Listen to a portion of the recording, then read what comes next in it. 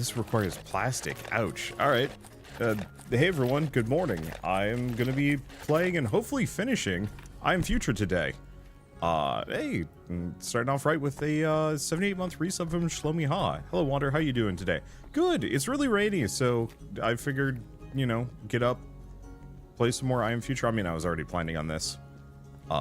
Namely, actually didn't give myself a whole lot of inventory space. Let's work on that real quick. Just in case things blow up on me. I want that. It's mostly just, I don't know, bridge. Let's just put a couple of these things away. Things that I'm not going to be using immediately. Like the foam and some of the vegetables. There we go. That's a lot more inventory space. Just because I can now fish up every single thing, so I should fish up at least one of everything, is the answer. Is my goal. And then we're probably going to go figure out... I'd like to go figure out probably the final cooking station. We have the lower scrap area, and then we also have a couple more things to build. And then maybe the end of the game? We'll have to figure out. Hey, Wander, I like your videos. Well, thank you. Oh, we did get an anglerfish. Did we? Oh, yeah, there it is. Alright, so I don't actually have to fish any more of those up.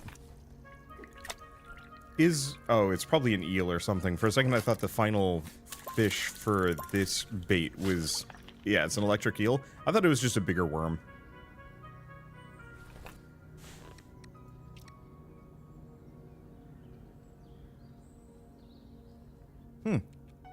So actually, that's it.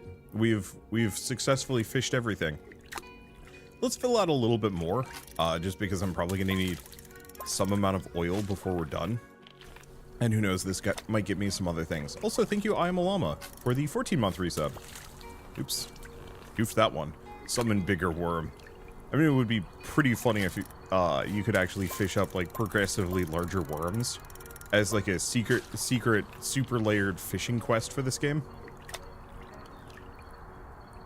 If it worked, you're gonna listen anyway. It's a good game to listen to. There's not that much going on. It's me effectively doing chores. But there's something about that that I just find deeply compelling. Especially because, yeah, it's like a really nice rainy day outside. Absolutely no compunction to go anywhere. No compunction to do anything. Just play some I Am Future and then, you know, move on to other things with my day. Which is... I don't even know. Like, it's the end of the year, which always means there's not a whole lot of things for me to record. You know, no new games coming up, for example. And so it ends up putting me in this kind of weird position of just like, okay, so what do I do? What is, let's see, you know, what do I record? What are the games I should focus on in like a 2-week period where there are no games? And that always messes with me a little bit. Not too much, just a matter of, like, easy to feel untethered. So, I'm gonna try and finish a bunch of games, this month. You know, go back and play some of the ones I really like. Or I'm just gonna get really deep in Caves of Cud and, like, Battle Shapers. Do a yearly recap of my favorites. I think I will. So, whenever I approach the end of the year, and especially going into January, there's not much going on in January. And so that's kind of the best time for me to work on new projects. So, like, admittedly, 2020 was supposed to be this, like, big pivot for me, and I was doing, like, a bunch of branding stuff and writing and whatnot, and then 2020 happened. That threw me off for multiple years. It feels like I'm finally kind of coming out of that, but, so, like, one of the things Sheldon and I want to do is actually some level of a podcasty thing, where we, you know, go over the things that we've played or experienced kind of recently and talk about them. So, like, I'd like to talk about mouth washing. I'd like to talk about the fact that I've watched every single Bond movie this year, including the off-brand one that nobody talks about that's actually weirdly good.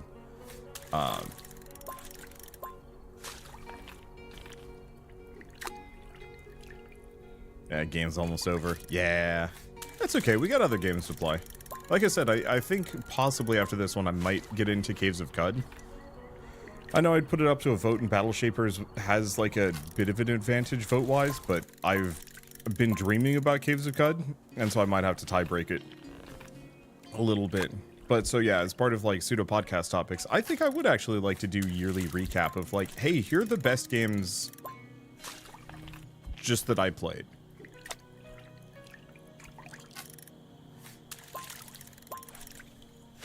Let's see, is that it? Nope, one more.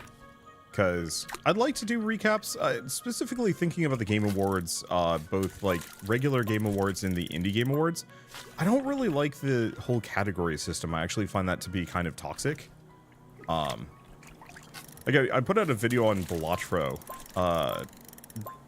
during Thanksgiving just because I needed footage to put out. I was missing a video for the day, so I was like, I don't know, Balatro. And I actually had a lot of people responding with some level of vehemence about how it doesn't deserve Game of the Year, or like any of the categories it was nominated for. And I thought that was kind of sad, because it's like, why not? You know, what makes a game good enough to be Game of the Year? And how is Balatro one of the most, like, shock overnight successes ever? You know, very much in the same vein as Vampire Survivors. Maybe not quite as much, because Balatro didn't exactly spawn the genre. Like, I'd very much say Luck Be a Landlord is the one that created the kind of, like, weird pseudo-gambling into really compelling roguelike genre. I don't know if it'll get the credit for it. It certainly deserves it. Whereas Vampire Survivors took a, like, very unknown subgenre of roguelike and turned it into, like, a sensational genre. I don't even know how to describe it. People recommend for the categories and people voted on it. Why not deserve it? I think just a lot of people have very strong opinions of the way the industry should be. And so, like, I think it's still up on the video, but somebody was arguing extremely aggressively about how games like Balatro are ruining people and gaming in general. And to some degree, it feels like that sort of thing is a little bit artificial, that somebody who doesn't give a shit sees it as a good opportunity to make people who do give a shit give too much of a shit, and then that creates, I know, that creates this kind of weird toxicity where these people believe fervently that this thing needs to die, or, you know, be cast into the shadow realm or purged from gaming or something like that. And you'd end up with these weird controversies where you have a lot of people yelling about a thing that literally doesn't matter. As though it's like the most important thing ever. And people get very defensive of their own opinions over things. It's weird. I think part of it is because, I mean, especially Americans, we're not really taught self-reflection.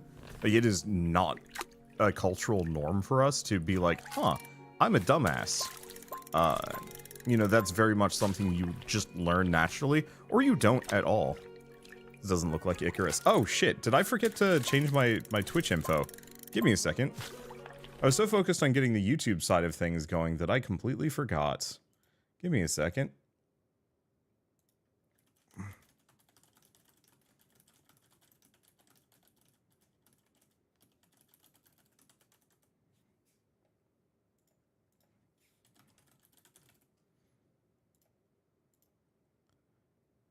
Is the one danger of me doing things in the morning is I'm not paying full attention. I was just kind of going, would you stream CUD? Yes. Yeah, like, if I'm to continue playing CUD, I would probably stream it. I tried recording it, but my end recording button is literally right next to the number pad. And so I kept stopping recording in the middle of a video. And so I, like, literally missed, like, the end of 2 dungeons. And it's like, okay, I can't record this as a YouTube series. Not without completely changing my setup, and I'd rather just stream it at that point. So that's probably what I'm gonna do. Because I've heard very good things about Caves of Cud, especially its endgame being absolutely mental. And, like, I was streaming it I was just playing it for myself yesterday. And, like, if you've never seen Caves of Cud, it's like a fairly solid, in my opinion, is the absolute best traditional roguelike ever made. That you don't have to play as a traditional roguelike, which makes it extra good. Instead, you can kind of roguelite it, where you checkpoint every time you go back to a, town, which is just lovely. Let's just pick these things up.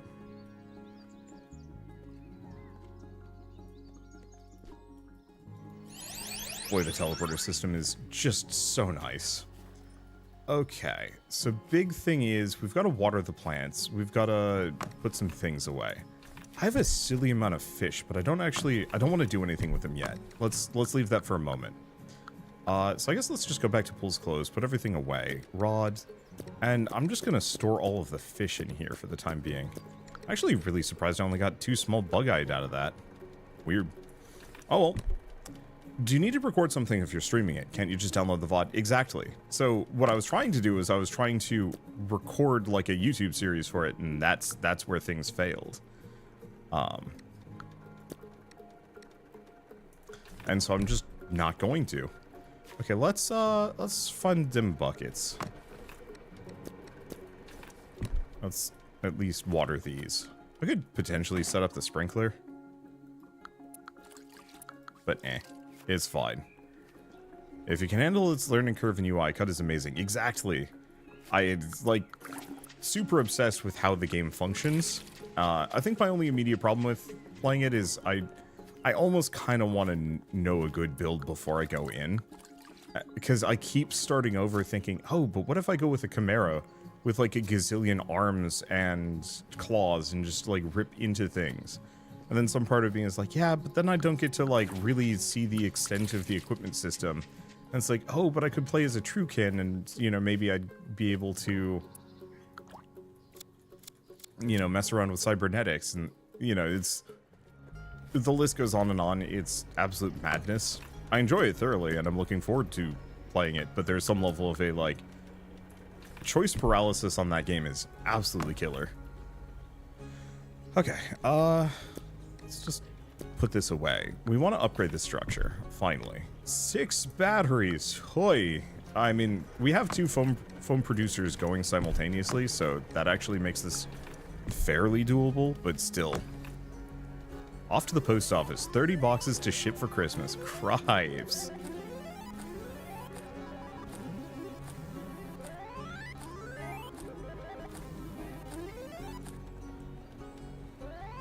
But yeah, if I stream Caves of Cud, it'll probably be Wednesday morning.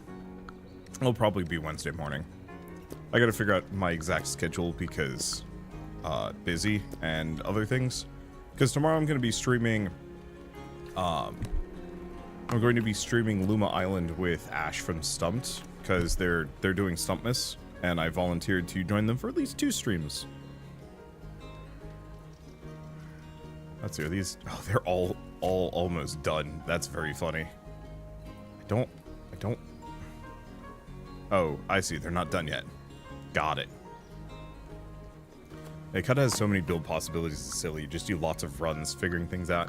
Yeah, the only problem is from like a YouTubing and streaming perspective, unless I make my channel somewhat about Caves of Cud, that's not the most practical thing to do.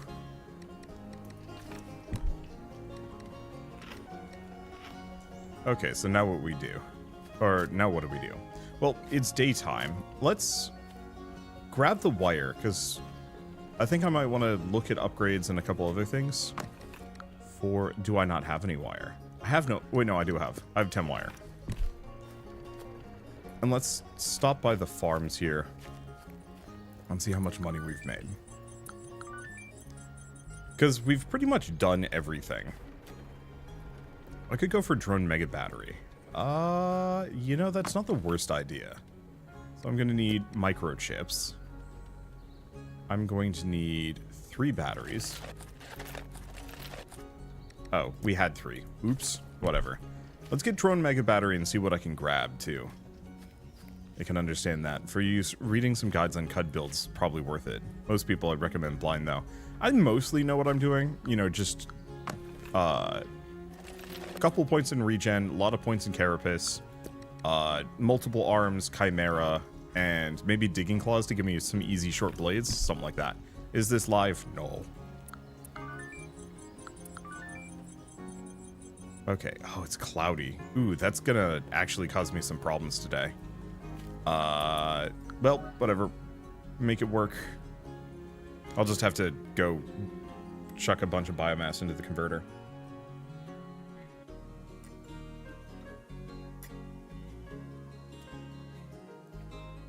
So any games you're excited to hook out from the storage to finish? Or play past the first hour? Ooh. I mean, seeing as we are paused here, I have a list. Like, I'll just bring it out. Go to display capture. Here we go. I've got a whole list here that I just called my like list of unmissable games. Many of these some of these at least I have finished. So I'd like to go back and finish BC Ball. I tried playing Tectonica on my own, but that took a long time. I wouldn't mind going back to my Songs of Silence skirmish run, but I might actually see if like Shell wants to join me for that or something, because that'd be fun. Hey, thank you Microslice for the Prime sub. Let's see, what else do we have in here? I played through all of Metaphor Refantasio on my own because it's way too damn long. Oh, you know, honestly, the one that I really liked is, yeah, Void Crew is very good, yes. I'd like to convince my Sunday Crew friends to play that with me for a couple weekends or something. What was I gonna say? Shell and I actually sat down to play Legend of Dragoon. You know, I was just like, yeah, I need a like cozy JRPG to play, and we started playing it, and immediately we're like, you know, maybe we should actually stream this. So one thing I might actually play around with is actually streaming some like older games. One of the big ones I'd like to finish for this year is go back and finish EDF 6 and probably SteamWorld Heist 2, because I only put a little bit of time into both of those, and I really enjoyed those. Some of these I don't think I'd ever actually like stream or record a full playthrough, so like Dungeons of Hinterberg I liked, but I don't need to stream that. Same thing with Nine Souls, like legitimately one of the best games out of this year, but I have it on like the easiest possible difficulty, and I just don't want people yelling at me for that. Dread Delusion, I would love to stream a playthrough of it. I don't know if people would watch. I'm sure people would, but I played like 4 hours of it one night and just had an absolute blast, and so I'm kind of stuck between finish it on my own since it's kind of a large, big game, or you know, do a streamed playthrough. Also played a bunch of Lorelei and the Laser Eyes. Really? Only 5 hours, huh? Felt like a lot more than that. But that game was very fun. What else is there from this year? There's like another Crab's Treasure I liked. Planet Crafter I really enjoy. But I think I want to go with that multiplayer. Ender Magnolia. When this one comes out, I will probably try and stream through it. Let's see. Any PlayStation ones? You mean like games on the PlayStation from my unmissable list? A lot of these are. I just don't know which ones. Ultros was very fun. I don't know if I'd stream it though. Like that's part of it. Yeah, Planet Crafter has multiplayer now? Yeah, it's had multiplayer since before 1.0. Let's see. Recycler has multiplied recipes, so you might have a more cozy time. Wait, which recycler?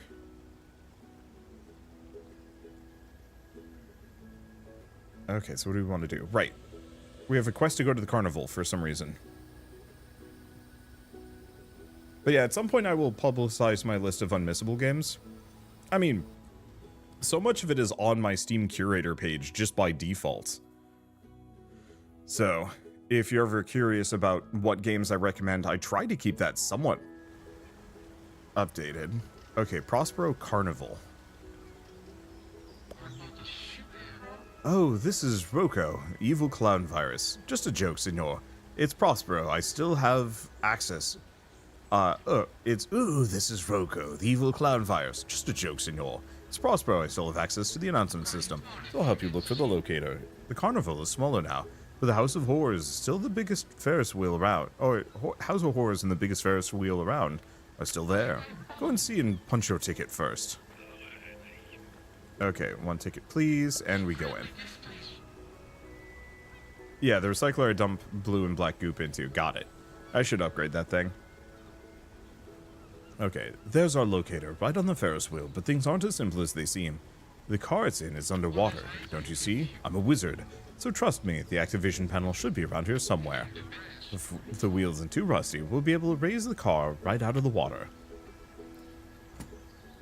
Okay. Unicorp News. Article about the mayor. For the good of this city, for the needs of humanity, our beloved mayor's tireless work seems to defy the laws of physics. How else can we explain two reporters photographing the mayor in two different areas at almost the same time? Oh, so we might have actually cloned ourselves. He made an appearance at the opening of a new office building, and also at the inspection of the defensive structures in the Bay of Fortune. We can only speculate what sort of magic might be involved, but one thing is certain: as long as the mayor is hard at work, security and progress are a sure thing. Okay, close out of this. What luck? I mean, exactly as planned, the Ferris wheel control panel. Only I was unable to pick up his vibe right away. Are the lights on? No, that's what I thought. The main generator is toast, but there's a backup in the House of Horrors. Let's go look for it. Quite literally, fraternal ties have united Unicorp's three main divisions. I chose the scientific department, the son of noted magician Prospero, told our correspondent, because smart technology brings the future within reach. It's always been my dream to travel. And said his sister, who runs the space department. And Unicorp helped me achieve my dream. While the older brother and sister are advancing science and conquering space, Prospero's youngest daughter is defending the city. The security department, she tells us, is an elite underwater landing force equipped with advanced weaponry. In short, Unicorp is literally both a family and a well-oiled machine. Huh. I kind of like the little backstory bits for this. There's more to it than I thought. Electricity, right. The old electrician was practically in love with the sarcophagus. Look for something on it. Try poking it, shaking it, or interacting with it. The motto on Pandora for the last 6 months of labor has been turning our misfortune into a bountiful resource. Our planet's second satellite, which caused catastrophic flooding, has been tamed by the efforts of our great mayor. Cutting-edge technology has given us a method to extract valuable materials from Pandora, which will replenish Earth's depleted resources after the flood. Once again, the short-sighted biologists who pointed out the risk of bringing back an unidentified virus along with the materials have hung their head in shame. The mayor himself said the Pandoran materials are not only inexhaustible, but perfectly safe as well. The Earth is saved thanks to intelligence and technology. Oops.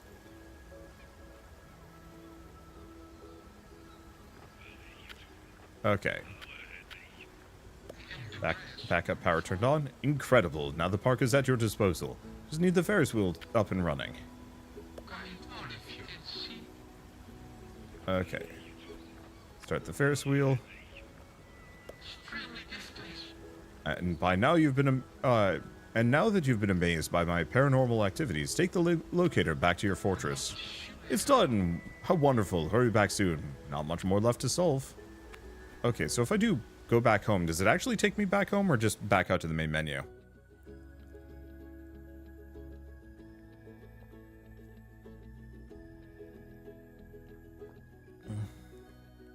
Why is a game called cuckolding? It's called click holding, actually. I did a full video on it. If you want to see what it's about, it is absolutely a cuckolding reference, but with a like clicker toy. It's very silly. Highly recommended. And yeah, the name was very funny.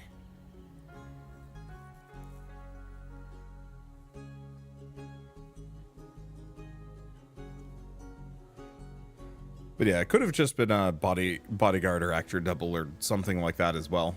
It's true. Okay, right. The one other day that Takahiro ain't here. Got a decent amount. Let's go to the gifts first. Because I think that's our biggest limitation. We have enough materials. Yeah, click holding was far better than it needed to be for the joke, and that's part of the joke. It was very good. Oh, this is Auntie Agatha's. Oops, wrong one. Oh, because Claire's gift shop is closed. Okay, what else do we have? Loot box, batteries, and tech wood. And I don't hate going for the battery, to be honest.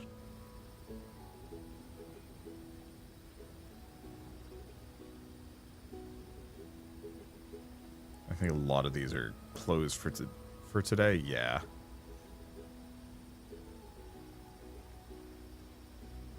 think I'll just start with the tech wood, even if we don't need any more.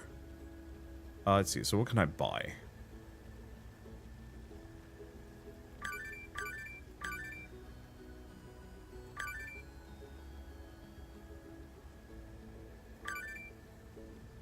I think I'll just buy a bunch of bulk stuff, because I can convert that over. Grab the tech wood, whatever. Okay, so that doesn't give me that much energy left to work with. Do I go to the carousel? Yeah, let's do the carousel in the amusement park center, probably. I guess I could have gone to the naval base and gotten a couple more of these, but still. Let's see. Well, that's actually a lot. And I could easily get a lot of coal if I really wanted to. Okay, let's just go back. Or do we want to go to Stan the Hoarder? Because there's some question on whether or not he had a robot piece. Doesn't look like it. Well,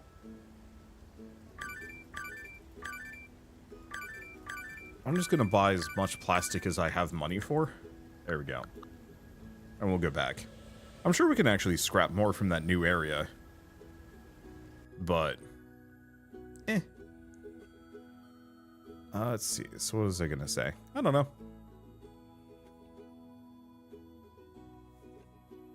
I'm just kind of cozy.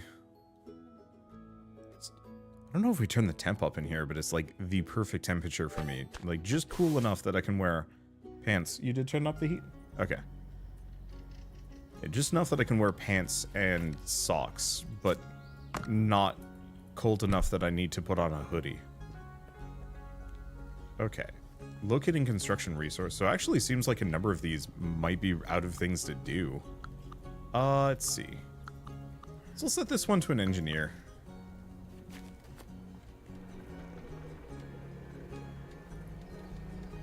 Locating structure to repair. Yeah, unfortunately my robots are starting to run out of things to do.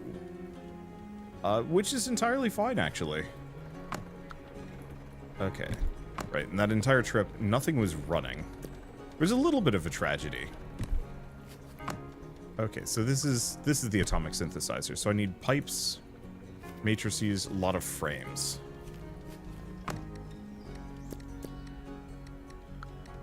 Oh, not matrices, transformers. Which require a lot of wire, I guess.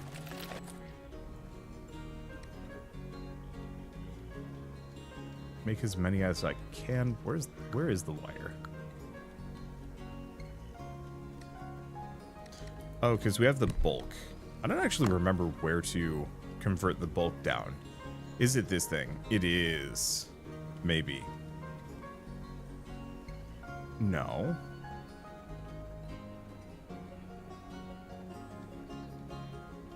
It lets me... oh, wait, no, there it is. But yeah, we need the atomic synthesizer for that one. It's very funny that I've got this entire setup, or I've got a bunch of these resources to recycle, but I have not actually upgraded the recycler to do it. Okay, so let's just put everything back away for a moment. Because we have a whole area that I can go explore. And I think it's about time that we do that.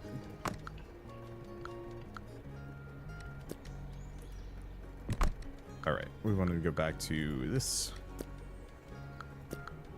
See, I've got a silly amount of fish. I put it on bridge 1.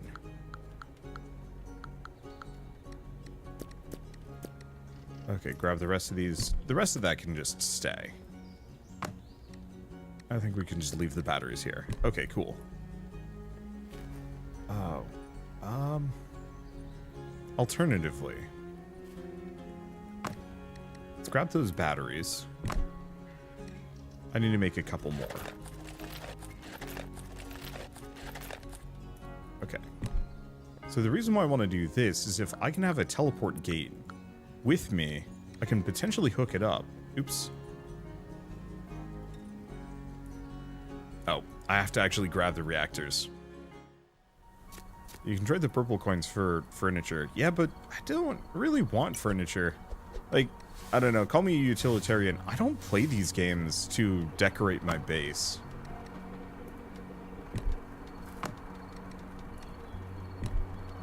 Okay, this is hooked up, right? Yeah.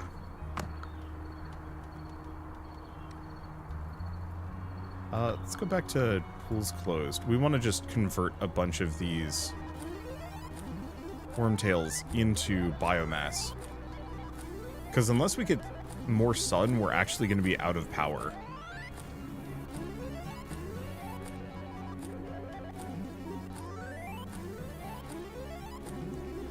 Okay, that should be good enough. I ate it. Oops. Okay, let's just leave some biomass there. And looks like that one's bringing fuel to the generator. Oh, you know what? We can also go down here, because there's random stuff that's washed up. And I might as well snag that. The other thing is, I have all these, like, random plants that have been growing down here. That I guess I can chop up a little bit for extra biomass as well. Oh, that doesn't actually give me biomass. I was assuming I'd get biomass for the leaves, but doesn't look like it. Oh well. Okay. Anything else? No. Yeah. Shell's hanging out behind me reading the headlines. Did you guys hear about itch.io going down today, or has that not, like, really hit anybody's feeds yet? Effectively, I don't remember. Oh, Funko Pop, that's what it was. The Funko Pop company is using a... I don't remember what the service is called, but it was effectively like an IP protection service. But it was powered by AI that would, like, automatically detect IP infringement of... Oh, there was a container there. Oops. But it was like an AI-powered thing to, like, protect Funko Pop and its brand and whatnot. And Whoopsie Doopsie randomly just started accusing itch.io of mass phishing attempts and reported it to itch.io's, like, hosting provider. Registrar, there we go. And took itch.io down for, I think, a couple hours. I think it's back at this point, so it's not, like, super dire. But the itch.io announcement was very funny. Because they were pretty glib about it. And I'm pretty sure itch.io doesn't matter that much.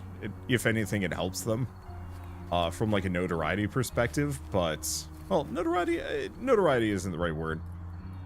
Just purely, like, a lot of people just don't know itch.io exists, which is kind of a downer because it's a great site and a great service. Oh, did I never clear out that area down there? I never did. I could go down there. Screw it. Let's go down there. I'd go put some things away quickly. But I don't know. I just think it's very funny that all of these big companies are leaning really hard on using automated systems that immediately betray them in the funniest possible way. And I can't imagine it's going to get any better. It's the classic, we don't feel like paying for IT. Immediately everything goes wrong. Oops, you know, where's our IT? I might need to make another food chest. Okay. Oh, I got some coffee. I should actually just drink that because I'm a little wounded. What am I carrying around? Oh, pool's closed. Because I picked up a bunch of worms there.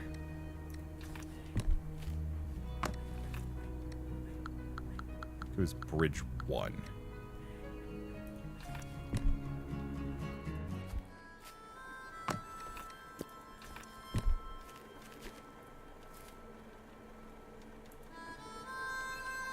I'm gonna need more biomass. I guess we can get a bunch out of this one as well. They could sue for economic damages. They might. I could see them specifically doing some level of a, like... I guess the main question is how long was it down for? Because it's kind of hard to prove damages if it was only a little bit. Maybe if you were like Amazon or...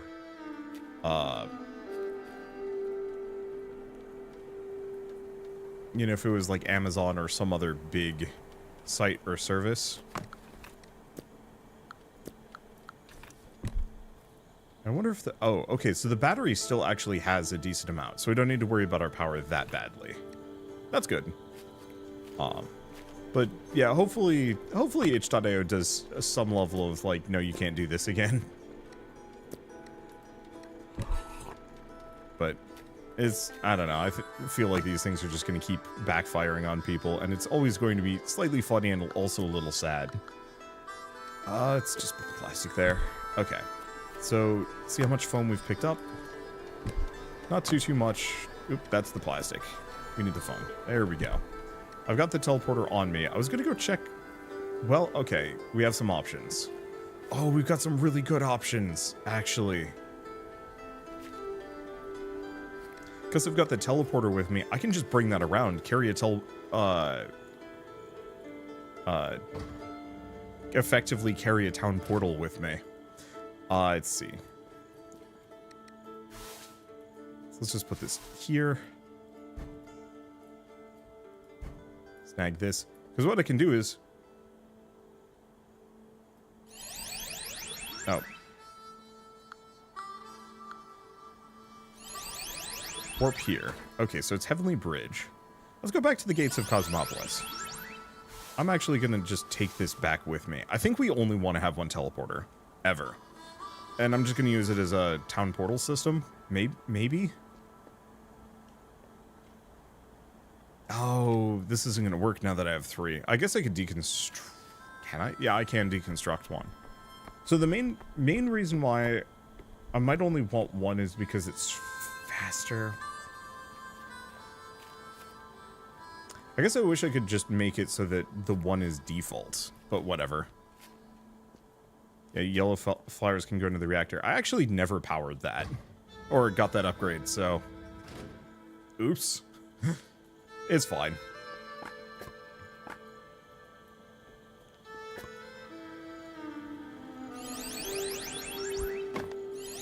Yeah, this is so much faster if I don't have to go through that menu.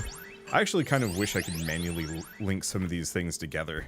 I almost kind of wish I could just chuck the resources through.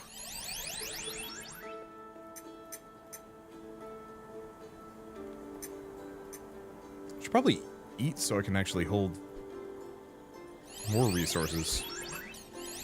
Unless I can't. I don't exactly know.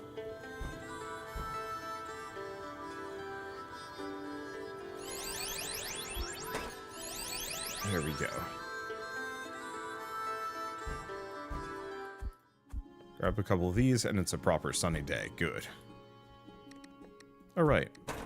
I'm gonna eat a seafood salad. Does that mean I can pick up 6 things? No, so that just means my food threshold is lower. Be prepared to hear that sound effect a bunch. I apologize, but not that much. The convenience of this thing cannot be understated. Okay, you know what? I'm gonna just put this down and immediately deconstruct it.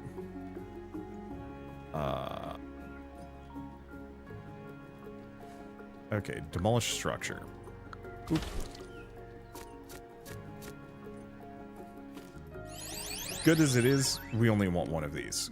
Because this way I can even bring this thing closer to the resources I'm transporting. Yeah, so we're just going to use it as a fancy town portal. See a bunch of resources that need to get brought back. Bring it back myself. Yeah, there's still an amount of stuff that I can scrap here, too.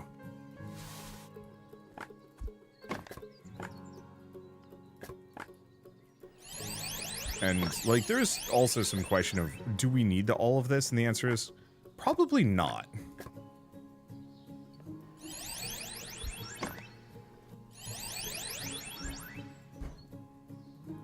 But that's okay. Not at all. Yeah, the other one I was, the other game I was kind of hoping to maybe go back and do a full playthrough of is Potionomics. I really enjoyed that game.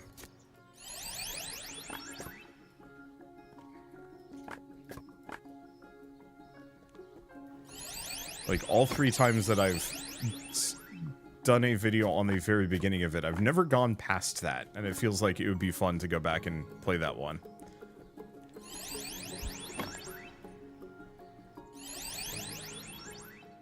Let's see, obviously your loot goblin heart needs all of it. Yeah. I think it's part of it is, it's so easy for me to clean all of this stuff up with almost no real time investment. Like, yeah, it's a little wasteful, but we're waiting for some of our resources to stack up anyway. So it's easy enough for me to go out of my way to do this. Just in case I will need them for various projects. Because worst comes to worst, I don't need any of this, but the whole area is this, like, lovely, just clean, ooh, light bulbs. Is this lovely, clean, clean environment. I guess the one problem is, like, there's nothing I can do with any of this. It would have been almost kind of nice if you could put up some, like, resource printers or something of the sort. But I guess that would make the game even, like... It'd either make the game too easy, or it would make it even grindier, as you'd have to, like, balance around the idea of having resource printers. But who knows? How can I not take this thing off? Oh. I guess the fan was preventing it? That's an interesting choice.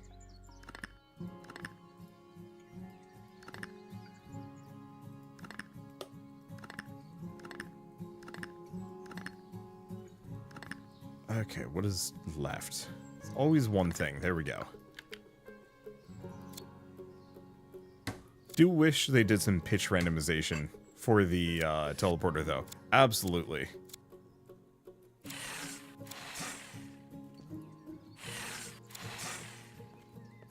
gonna have to see if I can do this with a controller. Let's find out.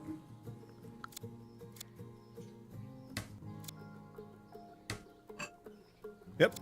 Looks like it actually is completely playable with controller. I don't know if it works on Steam Deck, but at the very least you can play the game just comfortably from a couch, if you want to. To go back to the CUD conversation just for a hot second, I was messing around with the controller controls and I actually almost kind of prefer them. I have a very clacky keyboard, and moving around in a grid actually is starting to get a little noisy. Let's see. Is this the final version? There might be an update or expansion later. I doubt it. There might be an expansion. There could be some update for, like, quality of life or something.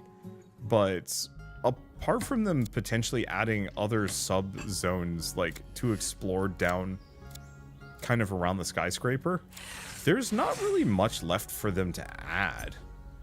The game itself, on, like, a story perspective, is functionally done. From a tech perspective... Okay. That's the one problem.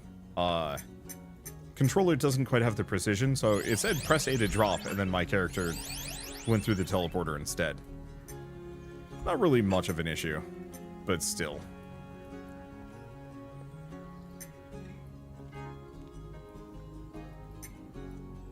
Move the teleporter a little closer at this point. Kind of put it centrally.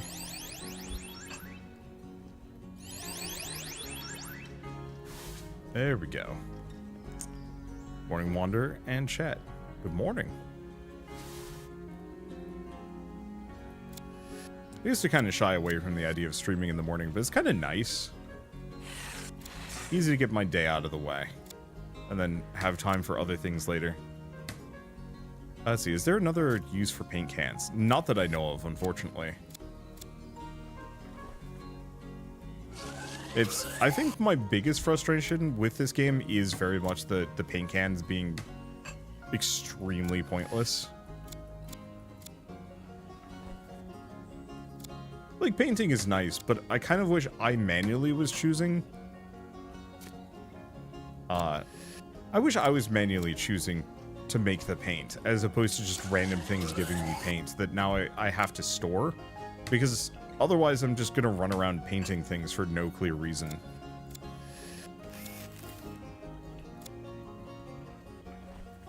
But yeah, if you've been holding off because you're hoping that there's going to be more for this game, I wouldn't bet on it. But who knows? The devs might have said something if they're planning more, but I'm assuming it's post-launch support and then on to another game.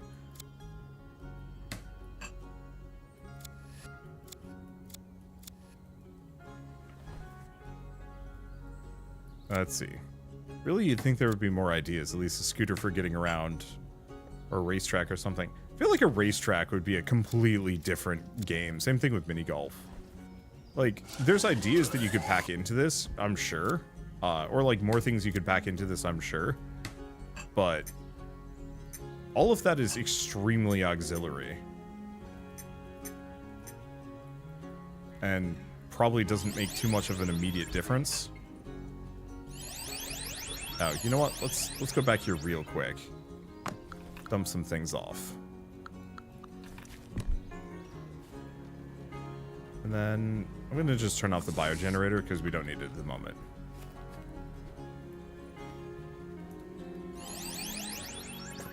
And that drone is going to just devour all of my remaining biomass to keep it powered for no reason.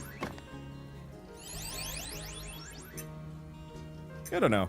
As much as I like feature creep and developers like really leaning into making their game the biggest or the best it possibly can be, I think I'd prefer to see the devs for this make a new game using all of these ideas, but like in a bigger or broader context. Personally, I'd love to see one where you actually have a little bit more control over your environment. And there's also a little bit more of a level of like gaining, I don't want to say gaining access to things exactly, but I really liked the building the bridge over to a new rooftop. And I would have actually really liked seeing more of that over the course of this, like using technology to get places. Instead, it was mostly just putting resources into elevators. And that's fine, but it wasn't nearly as exciting or as like, you know, like, oh, you know, build a bridge over here. It's kind of expensive, but you know, now I have access to this whole new rooftop. Because all the lifts down, it's the same thing, but it doesn't feel the same. And like that's the only real complaint I think I could levy against this game. Everything else about it is pretty solid. Wish there were better floors. Oh yeah. Yeah, I wish you could actually like nano repair the broken floors or something so that like, you know, oh, you've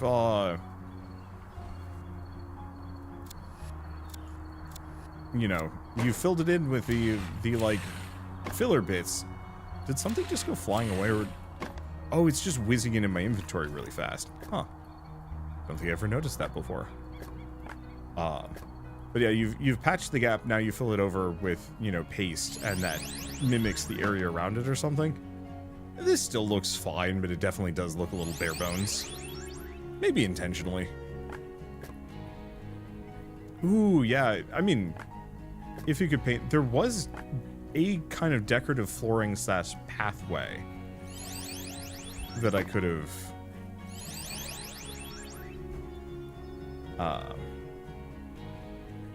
that I potentially could have used. Can use? I think I just have to buy it. Oh, let's snag as much money as we can. Should probably upgrade this sucker.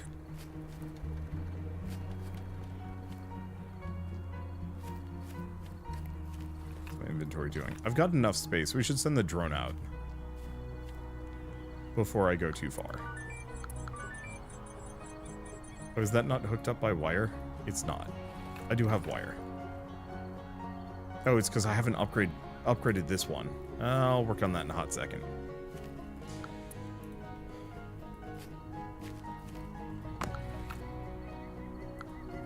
Should be enough. Because I think I'm just going to go to the shop.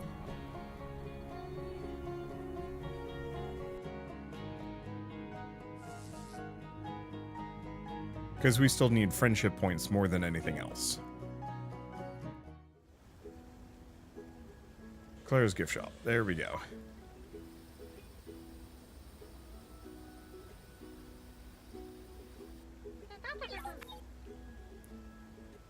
Okay.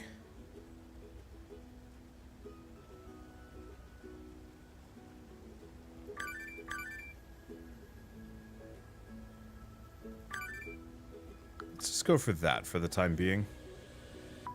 Because I don't know how much how far off I am from finishing the diva. Oh. I was gonna go grab resources. Do I want to grab resources? Probably should. The main problem is I hate this loading screen. I hate loading screens in general. I'm so glad modern gaming has kind of banished those.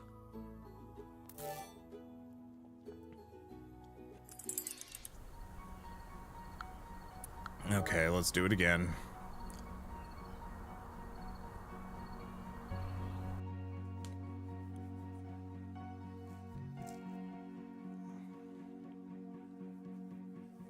Yeah, the main problem is it's just this long blank space that I can't do anything with.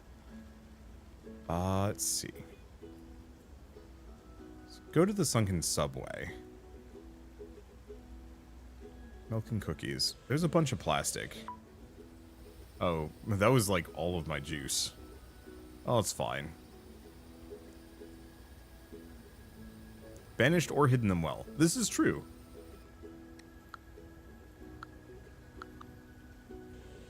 But like, both work. It's still so much faster nowadays. Like, I don't know how many of you played Monster Hunter World when it first came out, but when it was on the PlayStation 4, it had a really long load time just to like go into or out of a mission, and it was kind of agonizing.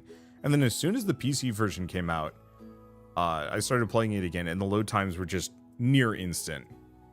And so very much, I think the PS4 just didn't have the best load times built into it.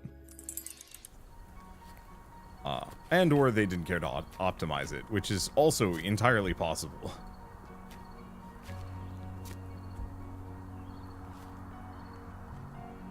Let's see. Which loading screens had mini games? Yeah. Was it Konami or Capcom? It was Konami, Capcom, or Sega. One of those had copyrighted, like, you can't have mini games during load times. That's ours. That always felt very tacky to me. Like something that basic.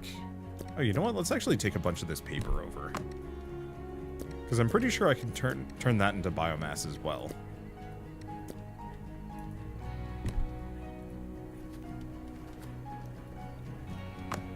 Okay. Plastic in. But not the foam. Put these in here. I'll take the biomass with me. Tomato paste. There's too much going on.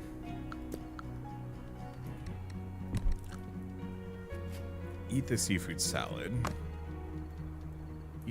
Toss that away. Okay. So I was gonna make... Oh, we actually have enough transformers now. Just by default. Perfect. Let's upgrade this structure. Now, is there another tier? There is another tier to it. We need carbon and a whole mess of light bulbs.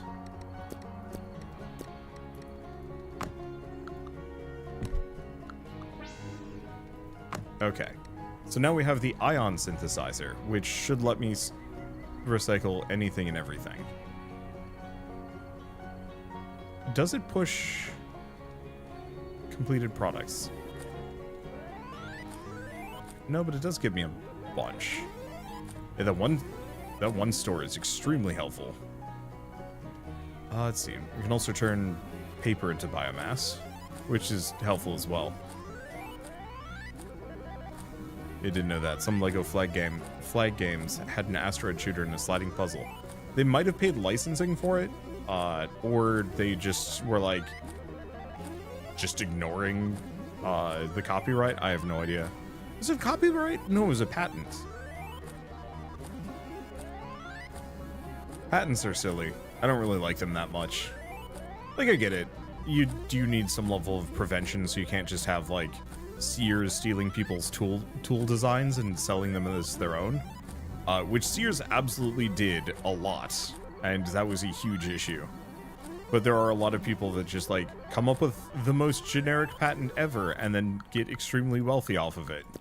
Because they were just there first. But yeah, sadly, now that most games have lightning fast loading times, it makes mini games redundant. Yup. Didn't the patent run out recently? Yeah, I think they didn't renew it or something. Hey, how's the apocalypse treating you? Did some PR work for this around announcement. They never even sent me a key. Oh, that sucks. If you want, I can poke Tiny Build into sending you a key if you want me to. I personally, I don't know, I think this game's really neat. It's not for everybody. It's very much that, like, chill kind of dad game that you turn on if you don't want to do anything hard. Kind of hard space shipbreaker, but even less stressful. It's like, it's in the sandwich of dad games. It is a fair bit above Power Up Wash Sim, but it's not up to hard space shipbreakers level of, like, extensive. Yeah, no need. Got more than enough on my plate right now. Yep. Yeah, I know that feeling.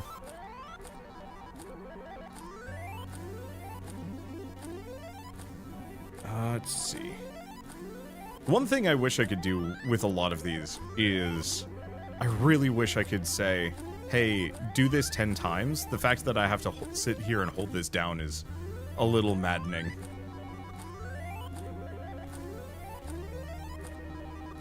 I legitimately do hope they make, like, another one of these at some point. I think that could actually be really neat. I think the big one I'd say is, yeah, just a little bit more on the automation side. I was really hoping my drones could do more. Okay, so now I have a ton of resources to work with. Yeah, Hard Space Shipbreaker and SnowRunner. You know, I actually have not played SnowRunner yet. I know Casey Explosion's been singing its praises for forever, but I've just never gotten around to it. Okay, so I need a couple of solvents and one more matrix. One matrix. This will upgrade the... Wait, no. Guardian Accumulator. That must be one of the ones up here. I should work on the expanded field kitchen too. Oh, there's a bulk crafting with metal and plastic. Every 50 biomasses and 100 biomass. Oh. Oops. Okay, let's just upgrade this structure. I think it can still take another upgrade though. Let's just pin that one and pin this one. And this one. Oop. I don't want to pin that. So it looks like I'm going to need batteries. So 8 foam, 10 light bulbs. Ooh, we might actually be kind of low on light bulbs, considering I just put a bunch of them into the recycler.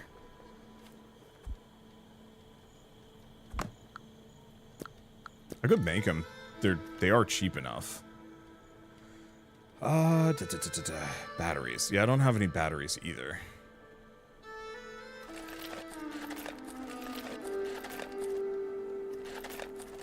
I'm gonna need 6 batteries for these. I'll need to go get more foam. Need some light bulbs. I think I'm just gonna slack on this a little bit.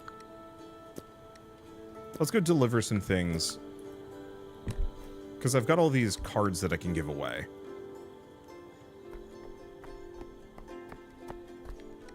Let's see. Let's go boost a little bit of friendship for the time being. Also, just grab more biomass while we're here. And then I guess we should probably go back and just hoover up the rest of those resources from that one area, just so I don't have to think about it anymore. Having to scour the ship and shipbreaker for everything not nailed down and moving it outside before explosively decompressing every time. Even then, sometimes it would glitch out. I don't know, I enjoyed that process. Okay, talk about daily task. Bring me night shrooms. That's easy enough. Play pickle, give gift, or just talk.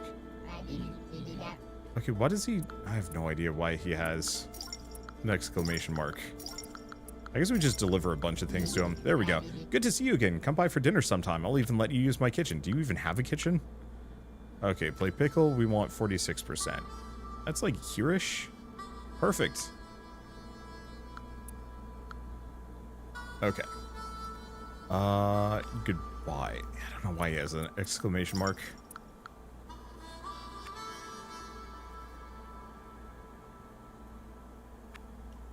Okay, still working on that one.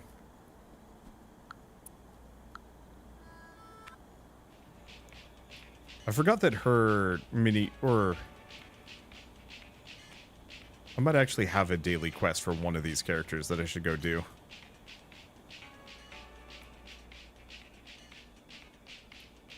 Still miffed that Hardspace Shipbreaker didn't get workshop support. I am too. It feels like it would have been perfect for them to just have like a custom ship modding game. Or like a custom ship construction game. Frankly, I would love to see somebody also maybe do it in a more PS1 visual style. Purely because I bet you could pack in a lot more, maybe not detail necessarily, but a lot more stuff without it causing the game to lose its mind. And you can also move the bomb lady. You know, I didn't think about that because she's kind of much.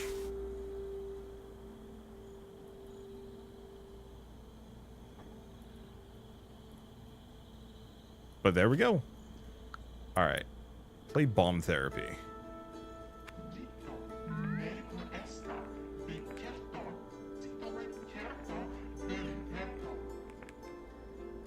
There we go. Okay, so let's... Oh, what did... Oh, must have gotten that from Earl. Wow, actually, their quests are kind of profitable. Sort of. Okay, so let's go back here. Drop some things off. Grab the night shrooms. What was the other one? Coffee beans, and night shrooms. I didn't put any of the coffee beans here, right? Right. The future for Blackbird Interactive doesn't seem too bright. Yeah. I mean, I'd hardly say that that's... oh, we do actually have a thing for Prospero as well. I don't think that's solely confined to Blackbird Interactive. The games industry is in, like, a really rough state right now.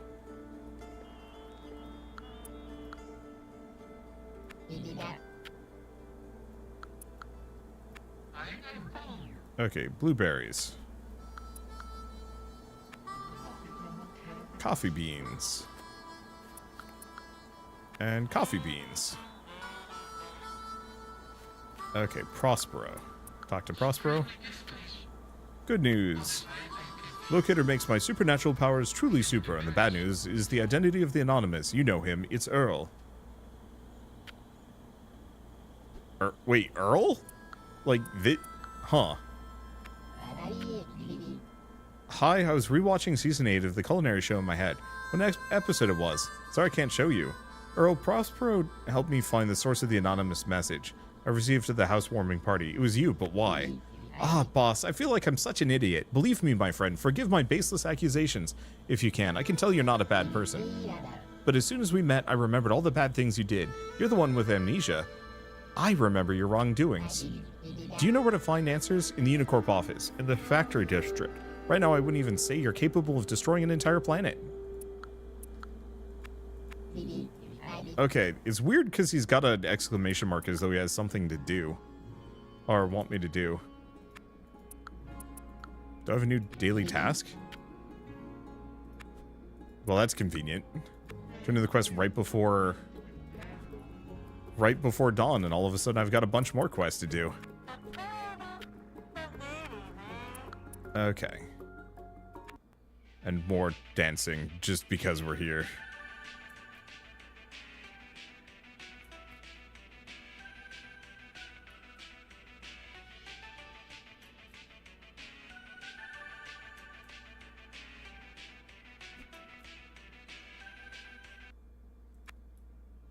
Alright, let's just complete a couple of these, then we can talk about the games industry a little bit more. I think this is kind of fine. There we go. I don't actually know how much I need to do this. This might even be kind of a waste that we're just getting extra blueprints. But it seems reasonable enough for me to... close enough. It seems reasonable enough for me to try and complete as many of these as I possibly can. But as far as the games industry goes, the big problem is it is so oversaturated right now, comboed with gamers having, I'd say, probably the least amount of discretionary spending money. It's kind of put everybody in this like weird, awkward, tight spot of game developers need people to buy games more than ever, and people need their own money more than ever. And those two are, I don't want to say like incompatible, but it's kind of, it's causing a lot of problems. And then meanwhile, you know, a lot of traditional funding sources are drying up. So like a lot of government grants, I think, are a little bit more tight. And then also publishers aren't publishing nearly as much as they used to. And so those are all causing like huge problems. So unless you make the best game ever, there's actually a very real possibility that you're just going to sink entirely because people are maxed out. Oh, it's Fissin. Fissin's got my extra fish oil. Okay, I got a bunch of burgers with me. I've got everything. I think we just leave the game running for a hot second. Let's just zip down here, grab the remaining things. And then maybe go check out that new area. I should probably also grab that lettuce. And so for Blackbird, you know, Hard Space was popular, but maybe not the most profitable. Homeworld was, I think, supposed to be their gangbusters, like, pseudo AAA release, and I don't think that did too well. I think they also had publisher issues, because they were, I think they were part of the THQ Nordic dissolution to some degree. There's so many issues on every level. Saying every couple of years the industry crash happened ages ago, but there's just so much inertia that's been moving for ages, just on fire and bits falling off. Yeah. I think the other thing is you still do have like a bunch of investors kind of sneaking back in to try and corner some part of the industry, or to keep large companies afloat. Like, the fact that Ubisoft is still in business is signs that, like, somebody's throwing money at someone. But I'm just expecting that they're probably going to get bought out by something.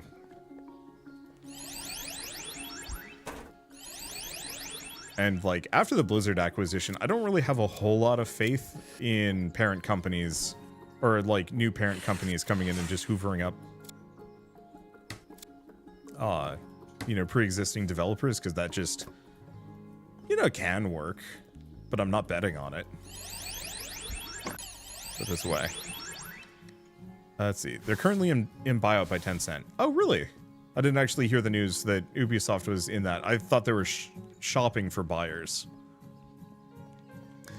But I think Hard Space would have worked really well if they'd started doing a bunch of licensed stuff. Yeah, just, hey, here's the Star Wars DLC. Here's the Firefly DLC. You know, gone full power wash sim. Maybe they couldn't afford the license. Maybe it just wasn't as powerful as I thought it was.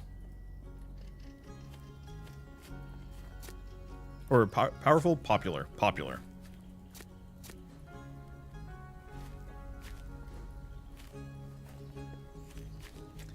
See, I played the Shrek Power Wash DLC with Shell. Mostly for a sponsored video, but also I like Power Wash. But the whole time I was playing it, I was kind of thinking, yeah, but this isn't quite deep enough for me. And, like, very much Hard Space was, hey, do you want, actually, we have enough light bulbs now. Hard Space is, do you like Power Wash Sim, but you want something with a little bit more heft to it? Here you go. Okay, so what was the other one? Blueberries, Black Baddice. Oh, Black Baddices. I think we might have those.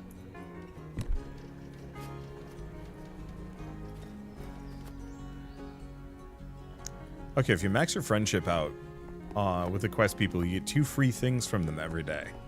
Well, that's kind of neat. Probably useless for me.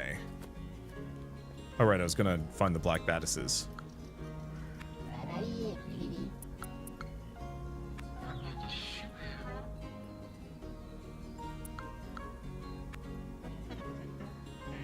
Okay.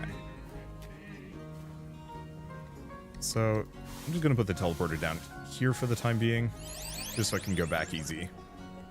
Those are my tasks. Let's put the food away. And then the seeds. A power wash sim just keeps growing. They dropped a free Christmas DLC the other day. That's wild. Like, I liked the game when it first came out, but I'm shocked that the DLCs are popular enough that they can just keep rolling off of them. But I guess it does make sense. It is, you know, it's a lot of licensed stuff. I might not care for Shrek that much anymore, but somebody clearly does. Do I want to go for scrap metal? Is it even better? Oh, it is better. Right? Yeah, so it's actually a better conversion ratio if I do the bulk processing. Good to know. Let's just go for the scrap metal for now. Keep the biomass in this. You can convert wood into tech wood that can be converted into 16 biomass if you ever need resources. Ooh. This is the Final Fantasy VII one. I did like the Final Fantasy VII DLC. I actually thought that was quite good. I guess let's grab the money off of the farms and then let's go shopping, see what I can get.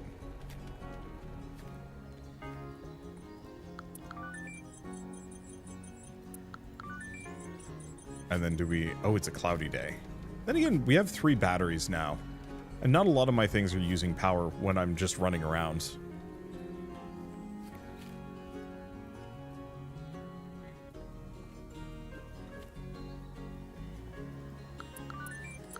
Right, I was gonna upgrade those at some point. There's just so many things to work on. Main thing is I still want to get down to that one lower area, finish scrapping that.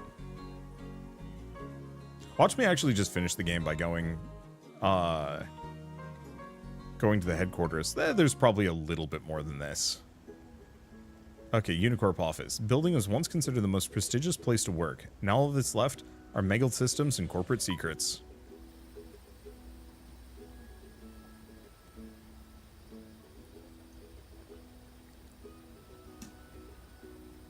I actually love to play a game like this that's a little bit more like full open world where you're just running around scrapping things. I'm trying to think of good examples. I mean, I did bring up, or people brought up Dismantle last time, but I want the verticality of the skyscrapers.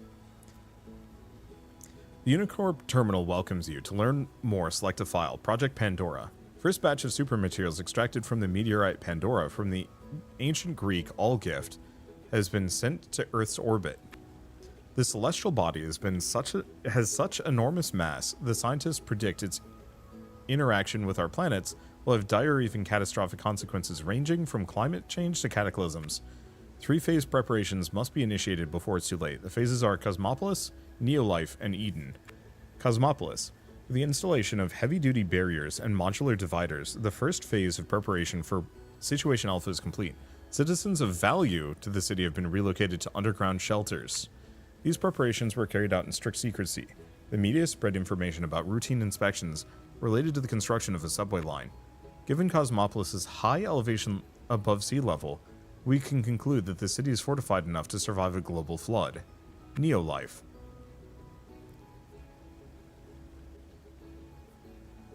Yeah, more wide-scale horizontal than vertical. Pacific Drive is full of scavenging and improvising gear. I really like Pacific Drive. I think it's great. I just want to climb skyscrapers and like extract resources out of them. Very Project Zomboid, but like denser, more high rises. I think the main thing is it would lag a bunch. I just really like Fallout 4. As weird as it is for the like running around and scrapping and looting to bring to get like base materials. That is another one though that I should probably stream a full run of at some point. Let's see it. So Neolife, a personality encapsulated in a perfected device of engineering genius. This is fundamentally new. This is a fundamentally new form of life that will be able to adapt to extreme conditions. The technology to transfer human consciousness to inanimate objects has been fully developed and is ready for launch. Tests on volunteers has shown excellent results. Neolife will allow us to not only save humanity's best, but also control the masses and influence the general disposition of our citizens. Ugh. Let's see, what was the name of the skyscraper survival game where you went from skyscraper to skyscraper in a blimp you upgrade? You might like that game. That was Forever Skies. They actually just added a multiplayer patch, so it's probably going to be something I check out this week. This week or sometime in the next couple of weeks, and just load it up and play it with Shell for a little while. So, let's see. Oh, I forget the topic for this one. We'll be launching the event that Project Cosmopolis encounters shortcomings. As studies have shown, none of the projects we've prepared are a panacea for the coming catastrophe. If plans A through F prove ineffective, we will launch Eden, a spaceship loaded with an archive of digitized consciousnesses. This ark, full of preserved minds of our prominent citizens, will travel into outer space in search of a new cradle of humanity. Oh, so the reason why the main character got left behind wasn't because he was ever going. He sent his consciousness along and then randomly got woken up again. Maybe. Project Christopher. The most recent project. Development is complete and has entered testing phase. Pandora not only caused a devastating flood, but along with the materials, also brought a parasite unknown to science. It's a skilled mimic, able to adapt to conditions in a new environment.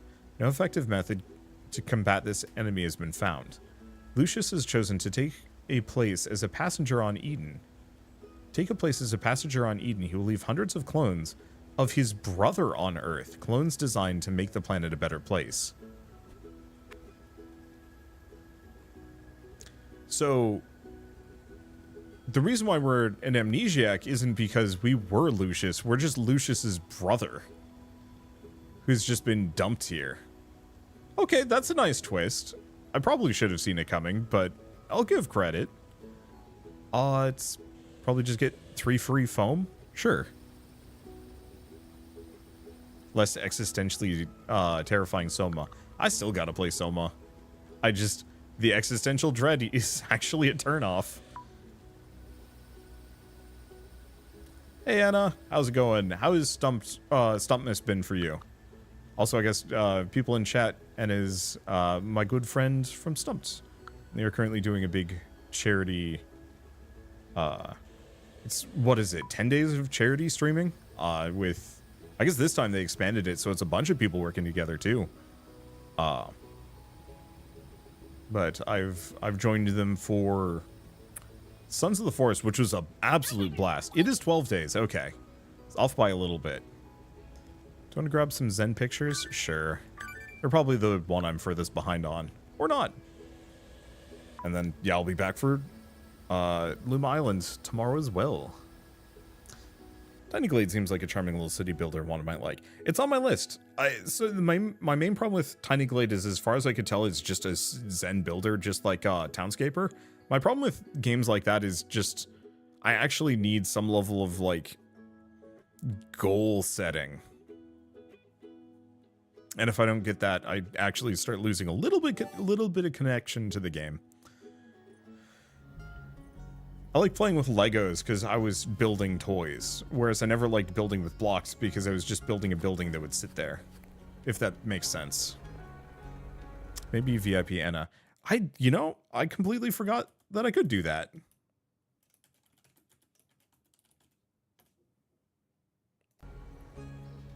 Don't clones have this thing about shortened lifespans? They never tried aerosol stuff.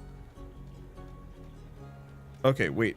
Yeah, I wish Tiny Glade had a game mode where people made requests or something for you. Yeah! Yeah, just a little bit of a, like, hey, please do this for me, is all I would need to make that game feel better. Maybe not better, per se.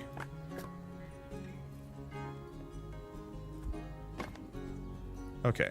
Seeing as we are absolutely overloaded, I'm probably going to turn an... Oh, no. We're just going to leave this here.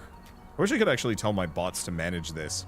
Because I could turn all of this wood into tech wood, which I could then turn into biomass, which I could use to get kind of whatever resources I need at this point. So, now that we have silly amounts of resources, let's check foam production. Oh, we've got loads. Cool. So we got foam, we got batteries. Let's grab light bulbs. Actually, did we need more than that? I have no idea. Doesn't matter. Maybe. Just make a bunch of electrical cables. Aren't planks a finite resource? Infinite. Planks are actually the only infinite resource because I can chop down trees because they regrow. Whereas metal scrap and plastic, they're still infinite, but they're harder to get my hands on.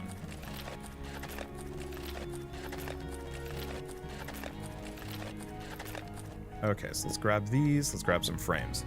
So this will give me the solar generator, the accumulator. Let's see. Oh, so actually I'm going to need a couple more transformers.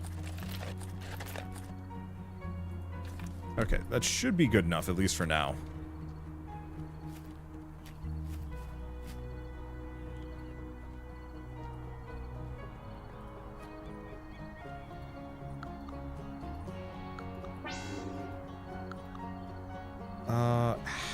Metal scrap. This is the one thing I'm missing.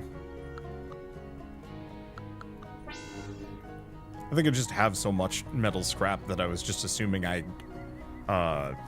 was carrying some on me. Of course not. I really wish for upgrading some of these structures you could flag it so that your drones would go prep to work on it. We actually out of metal scrap? I mean, easy enough to get more.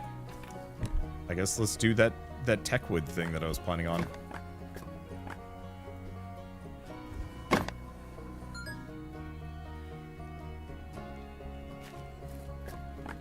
It's not the most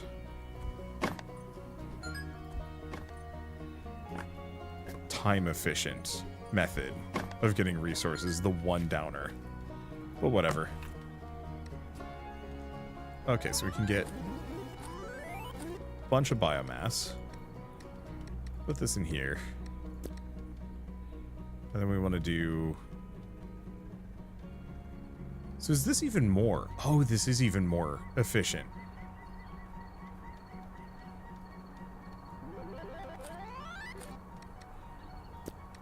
Okay, combine those together. Because we can do 50 scrap metal for 100 biomass. There we go.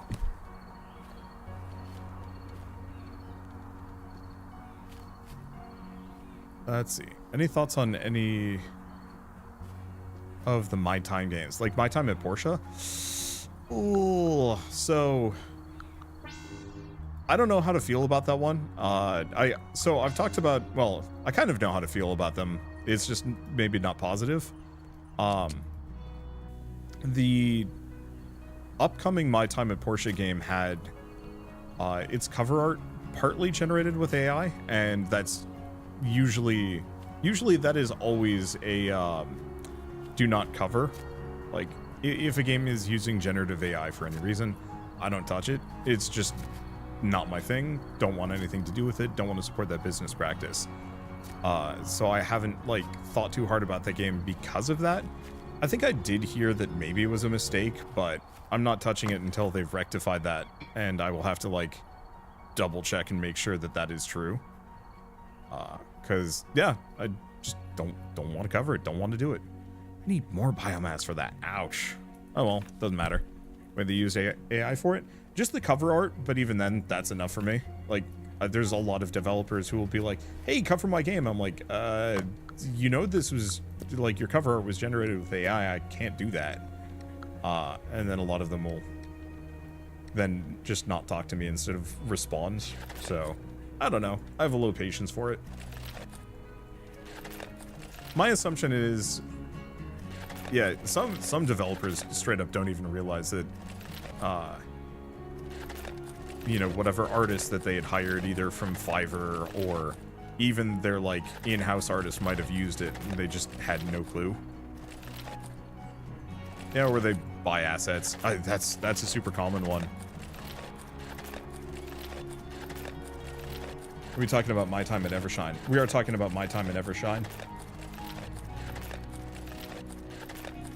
But as such, I'm not super keen on playing like, or going back to play like my time at Porsche or any of the other kind of equivalent games.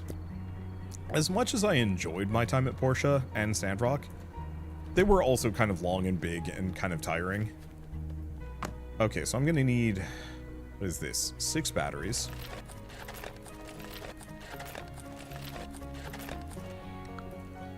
And then 3 more foam. Might have to wait on that foam. Oh, let's grab a little bit more plastic, because that one is running out. There we go.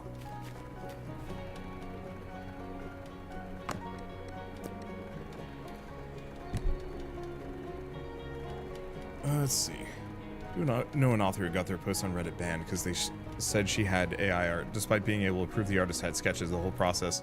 I think some people very much will jump the gun. Usually what I will do is I will ask, and if I still don't believe the developer, I will ask for like layered PSD.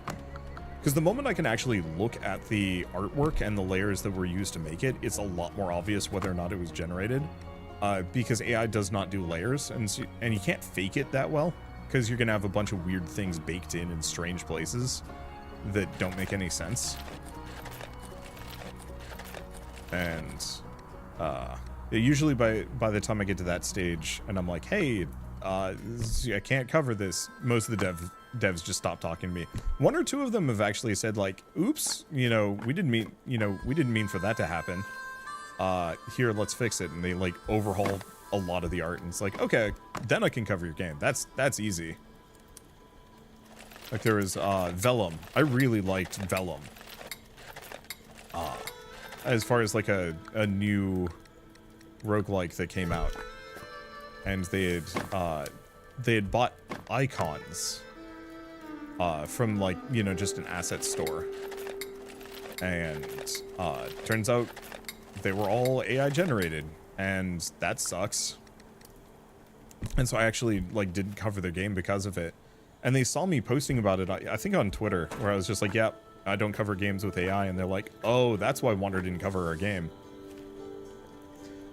And like entirely because of their own community, they had said, we're getting rid of this stuff, we don't want anything to do with it. And so they sent me an email afterwards being like, hey, did you not cover us because of the AI? Well, we zapped it all. And I'm like, sweet, now I can cover your game. It looks really cool. And problem solved. And it was great. I'm looking forward to playing more of that when I can convince people to play it with me. Or, I'll just go at it solo. Vellum was? No. Yeah, don't worry, Anna. Vellum is safe. Yeah, Unreal and Unity asset stores are overrun with AI-generated sludge, and it's often not tagged as such. Oh yeah, it's super bad. But yeah, huge credit to the Vellum developers for intentionally going through and cleaning up their game and zapping as much of that stuff as possible. Most developers do not, and it's always a bit of a shame. So I could do chef mode and try and make a bunch of new things. I think I might look up a recipe list though, because that's going to drive me mad. So what else do we actually have to do? I think we're waiting on foam is the big issue. Let's go back through the teleporter. I've got 3 things to hand out at the very least.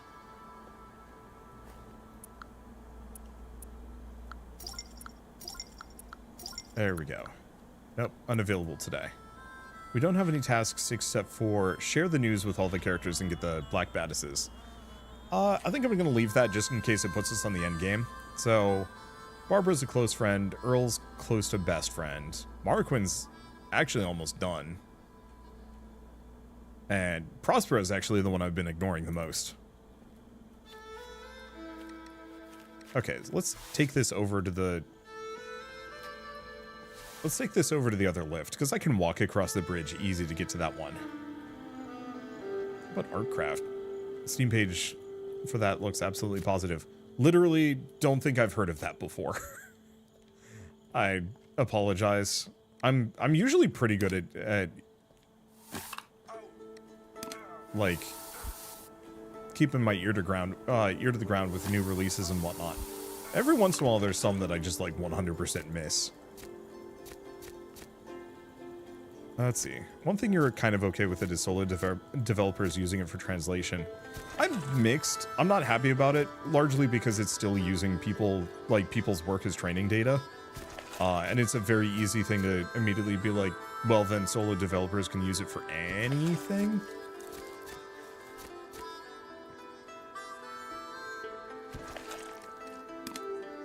Yeah, the other issue is like translating language is hard. I read a lot of manhwa. I don't talk about it too often, but it is so obvious when I'm reading a machine translated version. To the point where like I actively, the moment I realize I stop because, oh no, I already finished this thing. Oh, 6, so I can actually just go down here.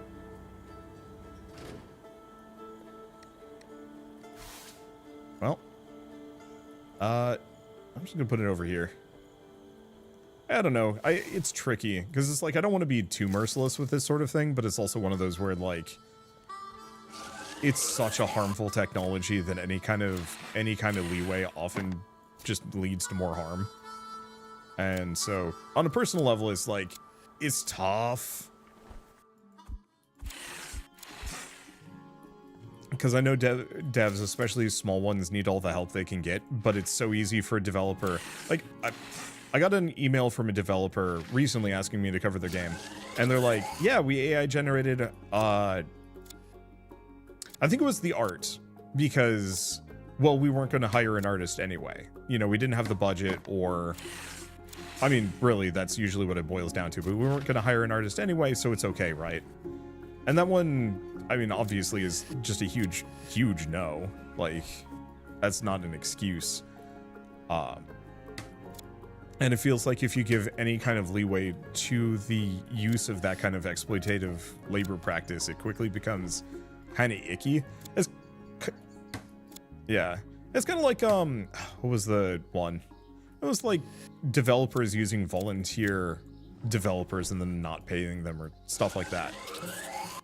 Like, it's easy for developers to get people hooked on an idea, but I don't like the idea of developers like crowdsourcing a lot of extra development. I mean, one, it's risky and can turn out really bad, but then also just people deserve to be paid for their labor, and it's weird that some developers over the years have been like, hey, we just need like, or, you know, we're looking for some extra coders or artists to do things.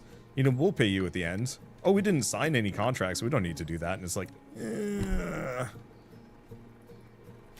But I'm very much gonna say I think we don't have the budget for X or Y or Z is such an easy slippery slope because, oh, we don't have the budget for translation. Well, we also don't have the budget for artists. So yeah, musicians and a bunch of other stuff.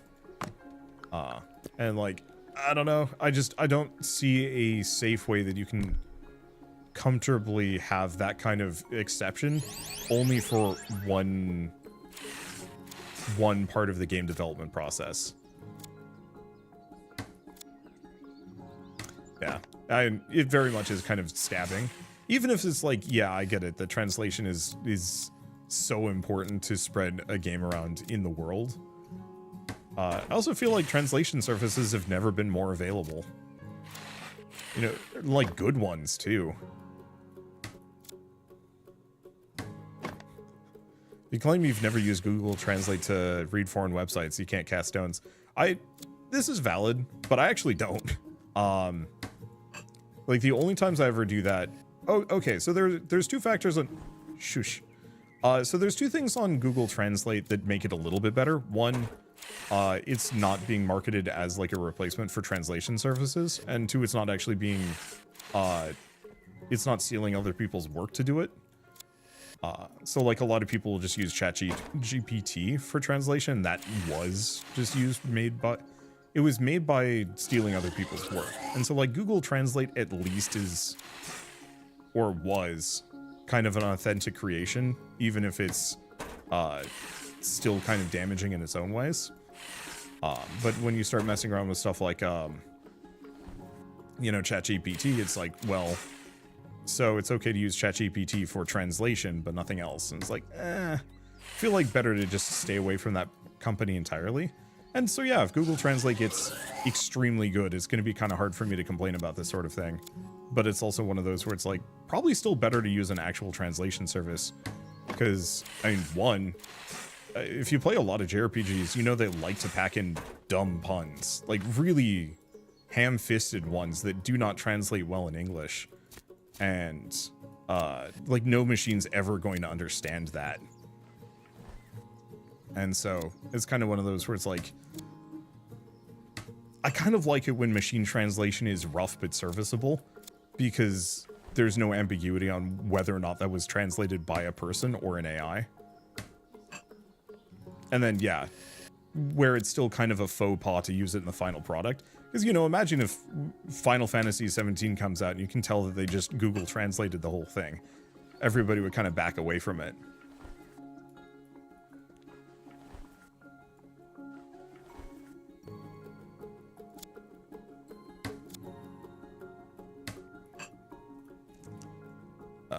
So, I don't know, like, I don't want to spend forever reiterating my thoughts on this very much. I just think it's an extremely damaging technology, and it's difficult for me to want to give any kind of inch to it, at least until, like, a lot of the safeguards have been put in to say, like, hey, you can't do this shit. And until we get to that point, it's kind of hard for me to, you know, give consideration to it. Okay. Let's go back. So what do we want to dip off?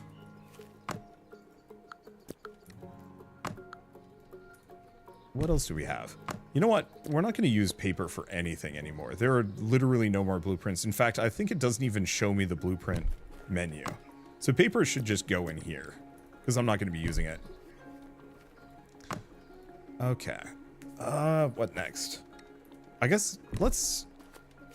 Oh, you know what I should do? Storage is 2 sheet metal and 2 wood. What I should probably do is actually put a chest down in here, so I can freely send the resources back, rather than having to go and drop it off, because at least I can teleport the resources into the chest.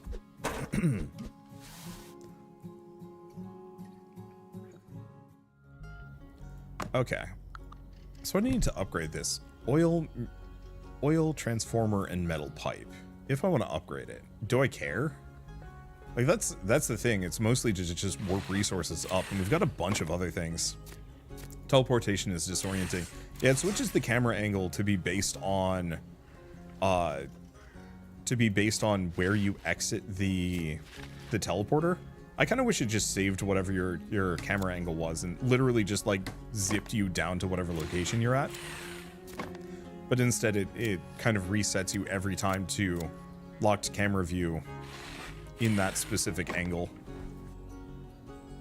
I don't know. It's not bad, but it makes me regret teleporting a bunch in short succession, which is why I try to avoid doing it, if at all possible.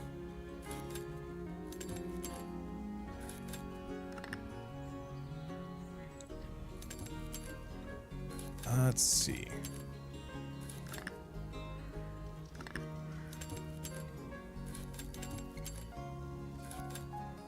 Pop this off. Is this oh yeah, that's nothing. We have to get it from the other side. I like these mini games purely from the tactile nature of them, but I'm very much going to be ready to not interact with them again. I think it's one of those where it's like, I think I've capped out on my enjoyment of the, like, ooh, I'm going to deconstruct a TV. Let's see. I think it's mostly the screws. That's the one that gets me. The just slight weight is the one thing that drives me just a little batty with it. I was really hoping that we get, like, an upgraded screwdriver, so this would go, like, lightning fast by the end of the game. Just whoop, it's gone. Alright, so what are we waiting for? What's left? This thing. You could pick these items up and move them to a workshop to automatically do it. Or like train one of your bots to do it after a while. I realize here I am talking about like, oh, replacing human labor, you know, shouldn't do that, but I wish this robot would do this thing for me. But also slight differences of it's a video game.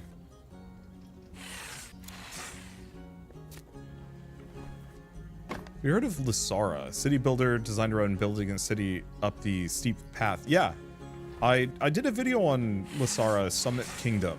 I think is what it's called. I liked it a lot, actually. It was genuinely one of the better, like, settlement builder, town builders I've played in a while. I think the only beef I had with it was it did feel a little bit generic. Namely, I don't know. Okay, I know why. I didn't vibe with it as hard as I wanted to, because Against the Storm is just so absurdly good that anything that is even remotely similar to it draws that comparison, and then I get frustrated because Against the Storm is just better. Like, unspoken thing kind of about the games industry that I'm going to bring up is we are actually hitting, I'm going to say, kind of the apex game for multiple genres, and it actually does cause problems with other games. And like, I don't know how much of a meaningful difference this is, how much of a difference this is going to make, but like from my perspective, Against the Storm is just such a good city builder that anything that falls short of it by a certain margin just is not worth my time, because I can just play more Against the Storm. Because not only is it like a really good city builder, but it also respects my time by being reasonably short. And then also just like great music and production value. And then also the roguelike upgrades. And then also it actually has one of the better time pressures. Most city builders and settlement builders, like you just play them for 10 hours and you're just slowly making incremental progress. And that's fine and fun, but it gets a little bit old. And so I usually lose interest. Because either I want to go for like Against the Storm levels of like short and satisfying, or I want to go for full-on RimWorld, you know, extensive simulation, or well, yeah, I guess it would be RimWorld extensive simulation, or one of the other like obscenely like high detail settlement builders, thinking like Dwarf Fortress for a good example. And I feel bad because I don't want to just like dismiss games because they're not quite good enough, but it is becoming a problem where you know, I'll get a new game in my inbox and I'm like, oh cool, that looks really neat, and I start playing it, it's like just a bad version of some other game I've already played. It was easier to accept 5-10 years ago just because there weren't that many games coming out, so it's like, okay, yeah, this is just Symphony of the Night but slightly different and, you know, kind of a similar caliber. But now it's getting to the point where like there are so many games on my list, and so many of them actually truly are like massive improvements of the formula. Yeah, there's only so many hours in the day, and just being good isn't good enough anymore. Yeah, it's nuts. And I feel really bad about that because, I mean, even on a personal level, like my work is somewhat dependent on finding cool games to showcase in somewhat popular genres because, you know, I want people to watch my videos. And like some of the games legitimately are just ho-hum, and it's really hard to like get out of bed for that. And then I have to sit there and like try and think of like ways to either make it interesting or fun or whatever. Like the big one is multiplayer will always make a game shine. Like even this, for example, if I had one other person playing with me, I think I would have had an even grander time.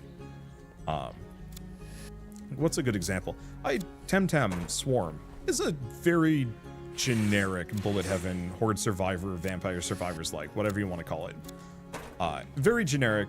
Didn't really do much to push the formula. Main thing that it did well was it looked nice, and it had some good co-op mechanics. But it was co-op, and so I could play it with my wife, and that instantly elevated it massively over pretty much every other bullet heaven at the time, and still remains like one of the better ones. Oh, it's a robot. Time to die. Literally only the battery from the robot. That's kind of weird. Let's see. Do I even grab this stuff? I don't think we need it. Okay, let's just go back here. I could probably nano-transporter this over. Where's my crafty? Crafty. Though I don't actually know if we have enough space. You know what? I'm just going to go to bridge. We're just going to move everything over en masse. It's not really important for me to have these... it's not really important that I square all of these away right now. Best to just get rid of things. Yeah, scrap mechanic's a good example of multiplayer. I'm not entirely sure. I loved scrap mechanic back in the day. I think one of the big issues was this netcode was actually really bad. I only was ever on the receiving end of it like once or twice. Usually I was the host, but every time I was playing as like a secondary player, it was not fun. That was like, it was legitimately weird and jittery and awkward. And maybe it was just the other people had worse internet than me. I have no idea. But it is a game that was made considerably more fun with the inclusion of other people. Oh, there is something there that is blinking. So there might actually be something here worth... Okay, netcode got improved with the most recent patch. Yeah, I heard they added, was it like wedges and some other things? I don't want to like rag on that game too much. I enjoyed it. I thought it was fun. I think they did a really good job with it. The fact that they went so hard on making the survival mode sucks. They should not have done that. It was such a bad idea. And I know that like a billion yelling people wanted it, and like it probably did actually turn quite a lot of sales because it was virtually a separate and distinct game just with the same mechanics. But it meant the actual sandbox mode suffered, and functionally never... It did improve, but only mildly. And I yearn for the world where scrap mechanic went like full bore. We're just adding ludicrous amounts of parts and cool physics tools and like things to play around with and whatnot. Yelling kids, you mean? Yeah, definitely kids. I didn't want to say it. I don't want to be like too dismissive. And who knows? Maybe some of those kids were actually adults. You never know. I've been yelled at by a lot of kids over the years, but I've been yelled at by a lot of adults too, who are just as entitled and just as detached from reality. There are some people that just do not grow up, or at least, I mean, I'm one of those people to some degree. I don't exactly feel like I'm a 34-year-old dude, but hey, but at least I know I'm not gonna just start shouting at a random YouTuber because reasons.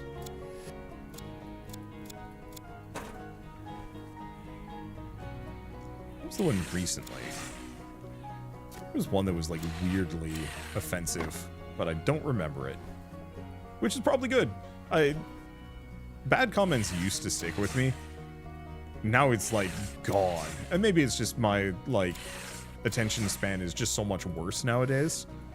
And just due to the sheer amount of stuff that I have to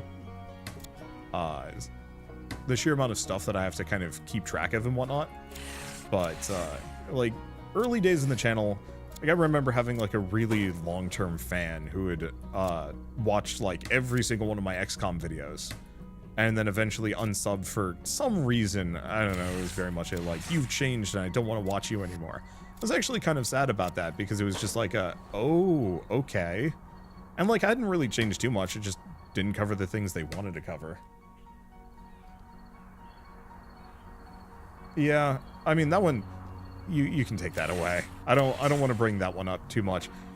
Mostly now when I get yelled at, it's usually because I covered a game that like other people are culture warring over, and that's unacceptable to them.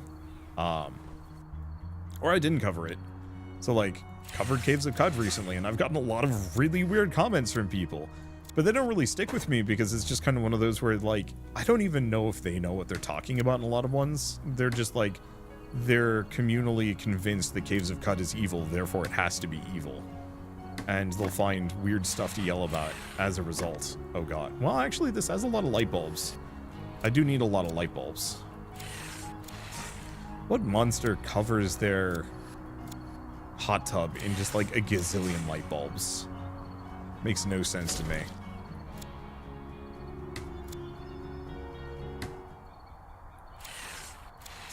The Caves of Cud developers have had weirdos yelling at them for years now. Yeah. And to be fair, like, I can kind of understand. They're very much, from what I know about them, fairly, like, progressive people. And that's a good thing. But there are some people out there that very much will see that as a sign of weakness and try and go after them. Okay, let's run back. We got some things to send through the teleporter if I really felt like it. But I think mostly I'm just going to probably dump off a little bit. Just go grab the water bottles. Oh, they're slowly taking things out. I guess I did get rid of one of the collectors. Let's see. That's a lot of parts. Do we have everything made? No. What are we doing on timing? Just gonna refill on plastic. I think this one... No, it's still going.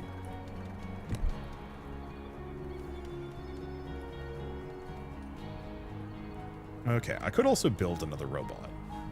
It comes off as a little silly, if only because I do not need more robots. I'm in a very fine position for just finishing this game without their assistance.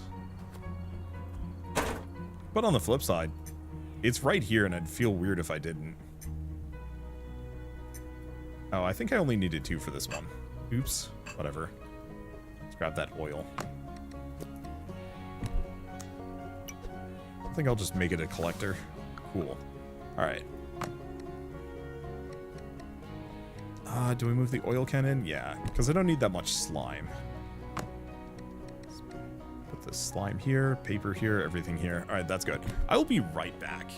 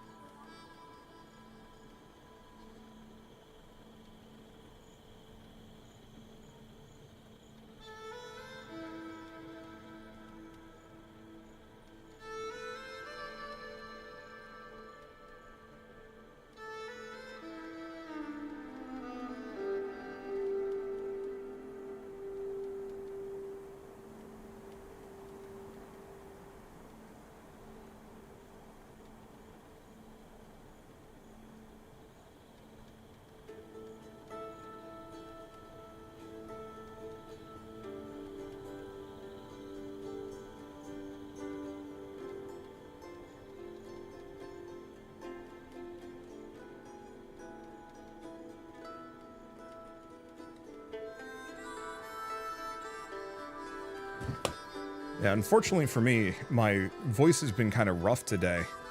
For whatever reason, I don't know, maybe temperature, maybe just been recording too much. So I've been guzzling water just to be able to continue talking in like in a consistent manner. It's not like super bad or anything like that. It's just one of those where it's like, I don't want to cough on camera. And so as part of that, I've drank a lot of water and yeah, it goes through me real quick. I don't know. It's like the one streamer curse is you need to stay hydrated to do your job well, but you really don't want to step away from the computer that often. I've kind of liked this new system though. I used to stream for like 6 to 10 hours sometimes, and that was honestly terrible. I should never have done that. And I should have had like way more self-control than putting all those hours in. But at the time, I mean, especially during the pandemic, what else was I going to do? And so, you know, this new setup, especially with kind of the YouTube streams being somewhat the more core focus, is it's a lot easier for me to just say, you know what, I'm going to stream for like 2-3 hours, maybe, get what I want done, and then kind of move on. Let's see, what do we want to build? Like, the one thing is we don't need anything at this point. Let's see. I mean, I guess I could upgrade this battery here. Because what does this need? 4 foam, 3 matrices, 3 solvent. I'll work on that. Let's see. We don't have any more foam here. Matrices. We don't have any solvent either. And how's our foam collection doing? Oh, way better. I don't think I really have too many more major uses for it either. Can't say I didn't enjoy the long streams. I enjoyed them too. I miss doing them. I think I'd rather do like 2 streams separately though. And, you know, 1 in the morning, 1 in the night, if anything. That way I can kind of give myself some time to breathe. Right, we can't make the green chips. That's like one of the only techs, bits of tech I don't think I can produce. Huh. I'm actually surprised we don't have any.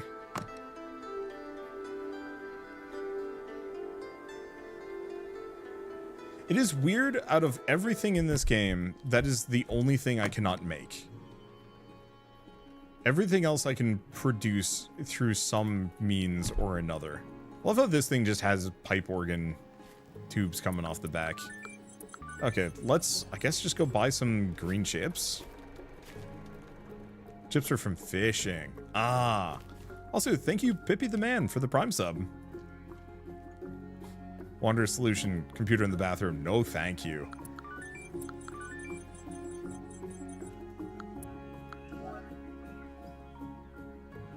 Let's see, is there some sort of delay in chat, or is there a VIP section, private messages? I'm actually streaming on both Twitch and YouTube simultaneously. So I will be responding to two completely different chats. And I mean, you guys are welcome to open both chats if you want to and chat with both sides. In fact, I very much would welcome that. Let's see. One of these gives me green chips, I think. I thought. That one gets me metal. We do need it. It costs 4, though. What else do we have? Seriously? Did none of these give green chips? Huh. Maybe it's one of the ones that's currently on cooldown. Nope. None of these give green chips. That is weird and wild. I think I can scrap something to get that. Well, let's just go to Stan. One thing I've seen a bunch of streamers do for bio breaks and similar is they have shuffle playlists for funny clips they can go to. Yeah, that's not a bad idea. I think that just would require me to go back and examine my footage, and I'm actually really bad about that.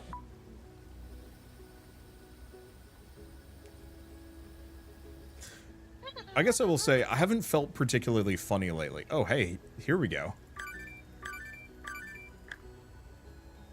Guess I could have bought some gifts, but I don't think I care. Knowing that the main reward for maxing out friendship is they just give you things is kind of eh.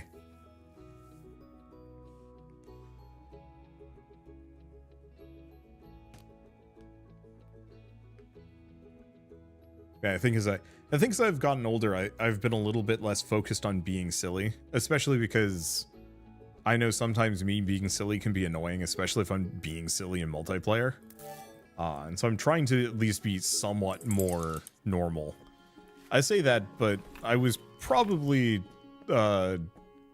maybe a little bit much on Saturday when we were doing the board games. Board game, the puzzle. But whatever. Let's see. Okay. Let's go finish this battery.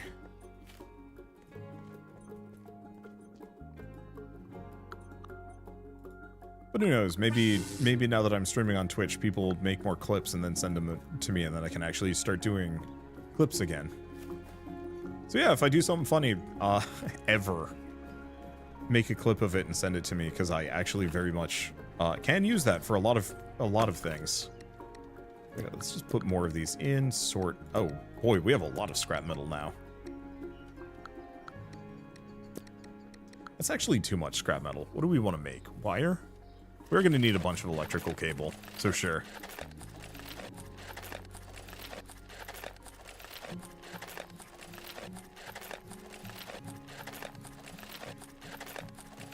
Yeah, I've got to set up the automatic timer for Nightbot asking for clips. Okay, that's a hell of a lot of wire. Actually, I didn't realize it, but now we got 60. No,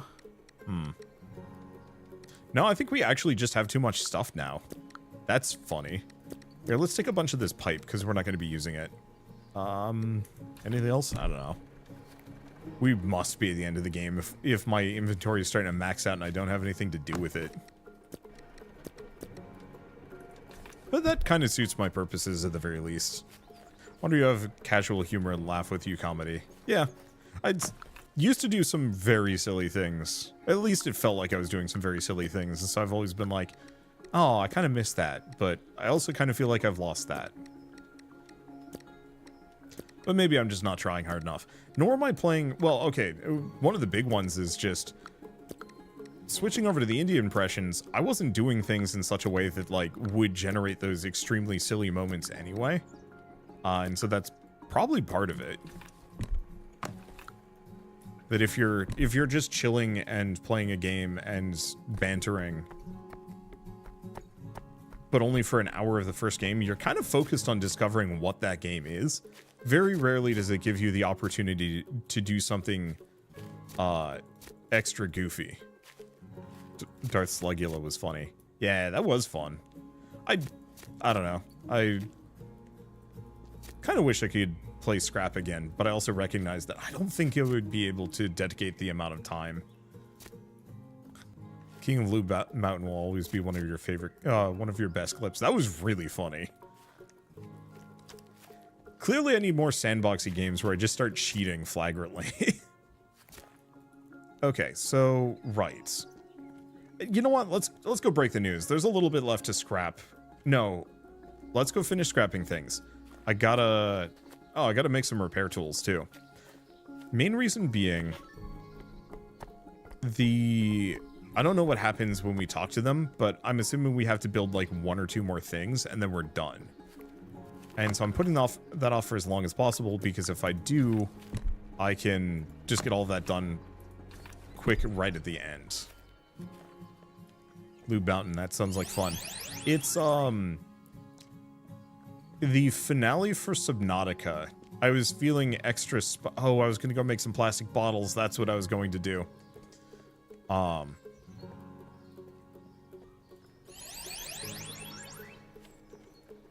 Let's see.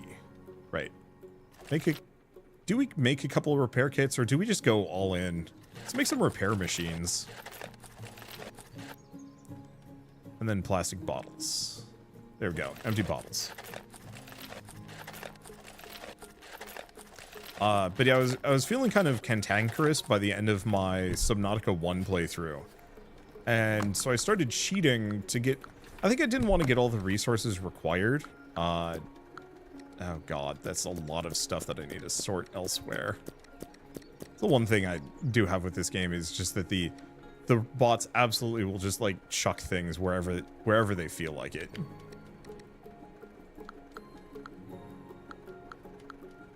I was wondering where some of my stuff was. I'd forgotten I'd already placed it places. And I actually don't know if I can really put more things anywhere. What happened? Okay.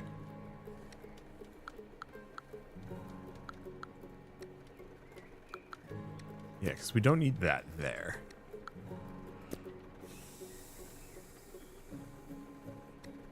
I guess realistically, I probably shouldn't even have the Wolfram stored there. Maybe we should store that at the bridge.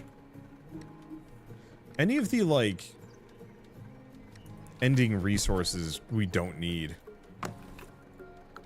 Okay, you know what? Actually, more than anything else, let's pull up a cooking menu. Let's see if there's a guide with all the new recipes. Okay, I am future cooking recipes. Please tell me this has been updated. Okay, November, perfect.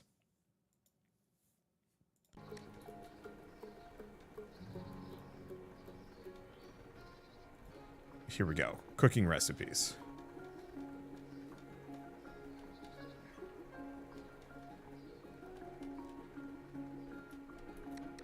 Wait, quasi-rice? The hell is quasi-rice? Wait, what? There's a whole ingredient I don't know about?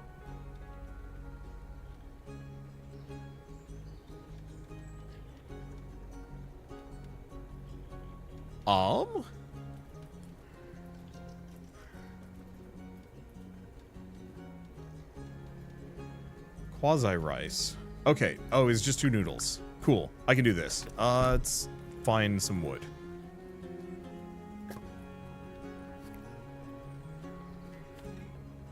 Oh, let's put it here for a second. I should probably make sure my inventory is as empty as I possibly can make it. That peppers can kill you? In this game, they can. Too spicy, you die. Okay. Other one was, we want to go to Fissin. Or, pool's closed. Snag all these. Technically do have a quest to give a character some of these, but whatever. Oh, and you know what? Let's go back to this one. Yeah. Repair tools. That'll give me some inventory space.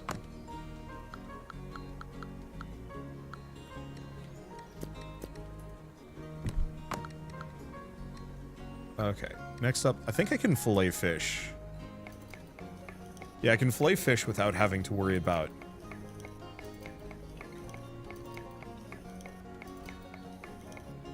let's see.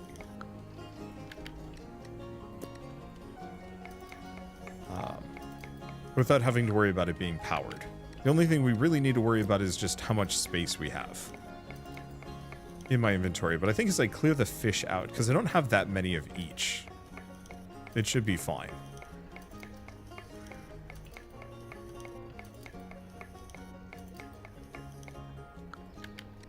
Okay.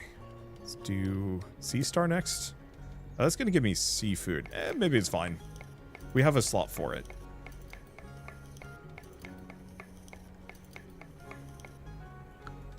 Okay, take it all. Can I... Okay, can't put anything here for a moment. Let's just... Ah, there we go. That gives us some space.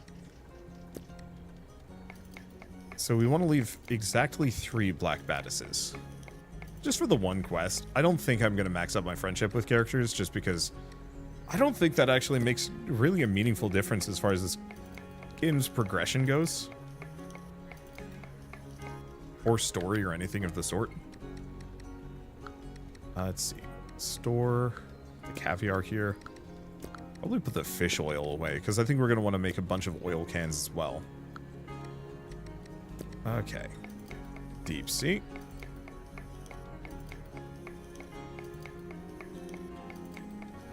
Do you like fishing mini games with nets or spears when games have them?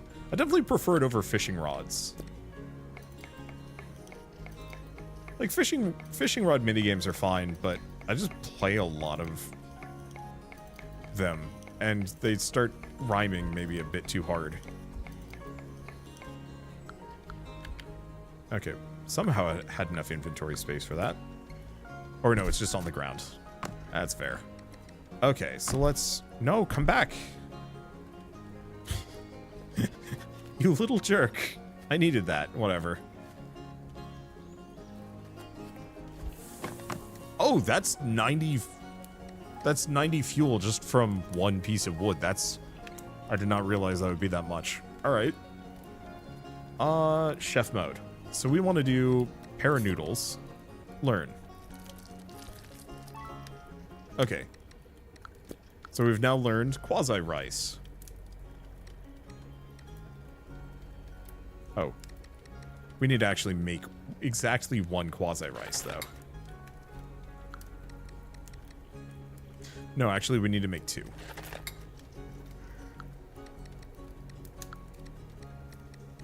Okay, fish fillet. Let's go to the top. Now that we've figured this out. Cream cheese, almond milk, and cheese. I don't have any almond milk.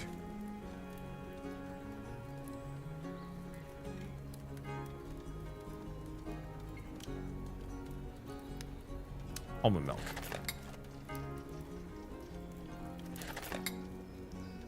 Make 2 of those just in case I need more.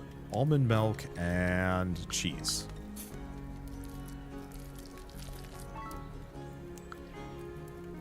Okay, Philadelphia roll. Cream cheese, caviar. Ah, yeah, so we're going to need that cream cheese. Go back to crafty. Can I... Okay, I can store some things. Let's go back to bridge. Send over some more. Anything else? Let's can put this away. And the stockweed spray. Actually, we don't really need to spray a whole lot anymore. Okay, cooked foods. Okay, chef mode. We need cream cheese, caviar, fish fillet, and quasi rice.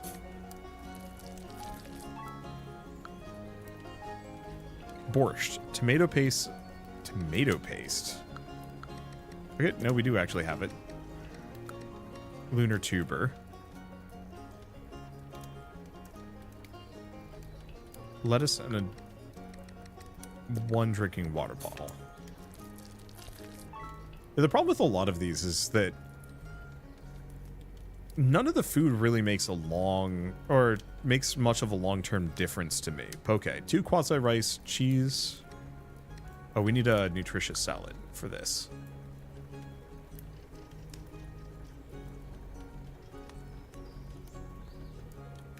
Oh, I need biomass from something. Should have some in the bridge. There we go.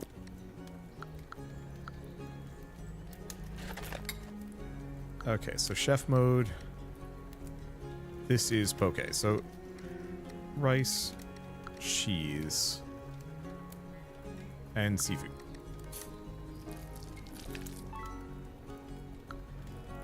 Okay, so that's poke. Mac and cheese, noodles and cheese.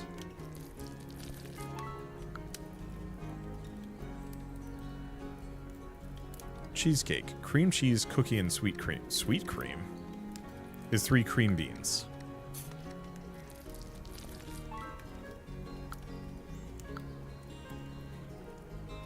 Okay, is it a supply? No. So I have to go searching for it. I kind of wish some of these counted as... there was like an ingredient section, but I guess it makes sense. Okay, so cream cheese, cookie, and... sweet cream.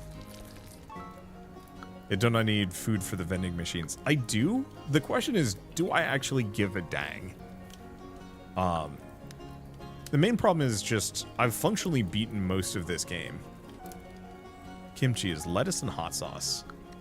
Fair enough. It's my lettuce. Lettuce and hot sauce.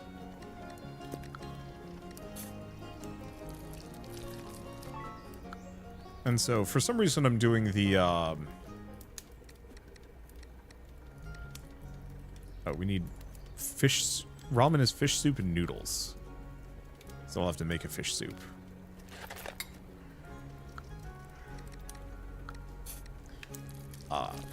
I'm doing the cooking just because, I don't know, the cooking minigame is kind of fun. Purely from the perspective of, I don't know, it's a novel experience. Let's see, what else can I put away? Night shrooms at the very least. And some of that. Okay, I think we've done canapes. Oh. Fish soup and noodles.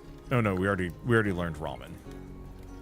Canapes we've done. French fries and ketchup. Lunar tubers, fish oil, and tomato paste.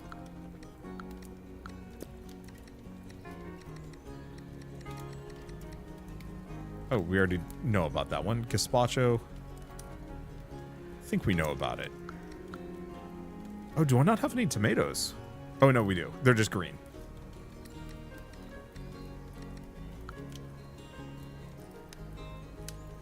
Hot pepper. We already know about gazpacho. Pizza. Oh, I guess I'll have to make some bread. Kind of knew I'd have to anyway. Bread.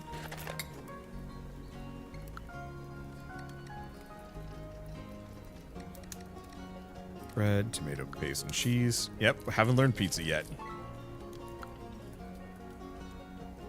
Okay, lasagna. Noodle, patty, tomato paste. Noodle, patty, and tomato paste. Lasagna. Tiramisu, sweet cream, coffee beans, and a cookie.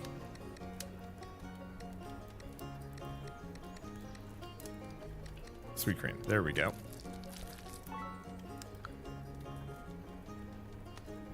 Ice cream. Cream cheese, sweet cream, and a blueberry.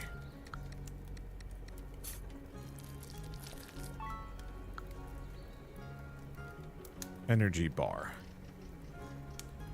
Guess we probably haven't done it. Biomass, blueberries, coffee beans, and almonds.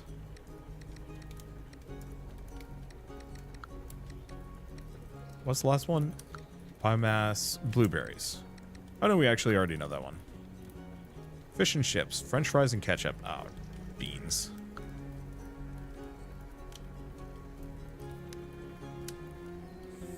French fries and it's way down here, isn't it? Yeah, there it is. French fries and ketchup, fish fillet and fish oil. And where's the oil? Oh, I've already used it.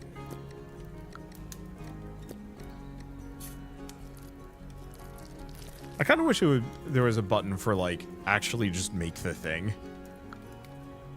But whatever. Patty we've made, fish soup we've made, pasta, tomato paste, fish fillet, noodle, and baked mushrooms.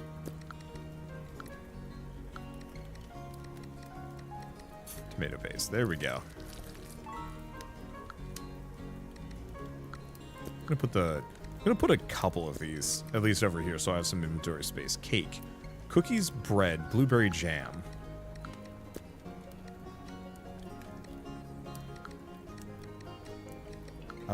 Cookies, bread, blueberry jam, and one ice. Oh, we never made the ice cream.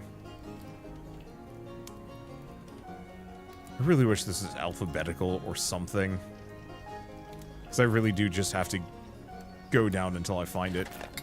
Okay, there's the ice cream.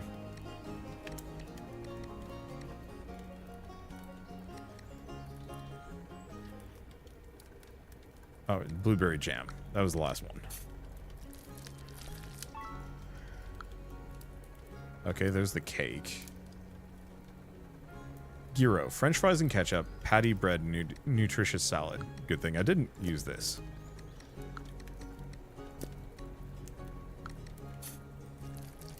I need to make like 5 of these for one of the one of the recipes. Okay.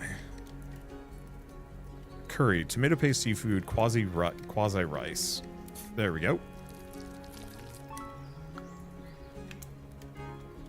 Curry taco, hot sauce, bread, fish fillet, and tomato sauce.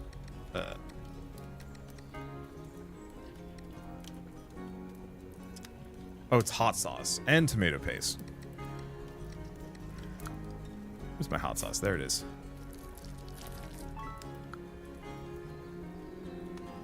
Okay, bread we've got, cookies and milk, paella, seafood, quasi rice, and almond milk. I should make paella again. It's been a while. I used to make it a lot, and then I got really good at chili instead. Because my recipes ended up being kind of similar. Miso soup, nitro drinking water bottle, hot sauce, and a fish fillet. And one night shroom.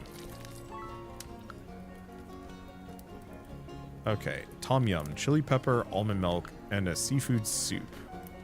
Oh, that's a seafood soup as opposed to a fish soup.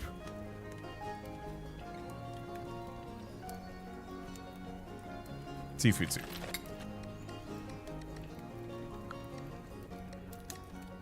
Okay, almond milk and chili pepper. Oh, I already know Tom Yum. I guess I do. Shoot. Okay, so the remaining ones are a handful of drinks. I think we're good to go. So I'm going to need sweet cream for this. I'm going to need more ice cream, actually. But maybe I already have that. Actually, it looks like there's only a handful of these left that I need to do. The bread over here. It's wrong. I want to try and cook some of these. No, I'm really hungry all of a sudden. Okay. Do I need the... Yeah, I need another sweet cream. Matter is finding it in this nightmare. I'm going to need the energizing coffee for one of these. I know that much. Sweet cream. It's made of something. Somewhere in here. I know I've gone past it. There it is.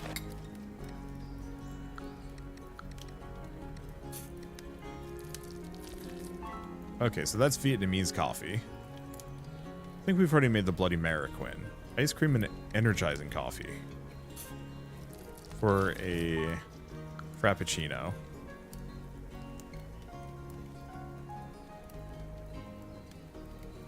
I think that's it, actually. I don't know if there's any recipes left. Please tell me there's like an achievement for it.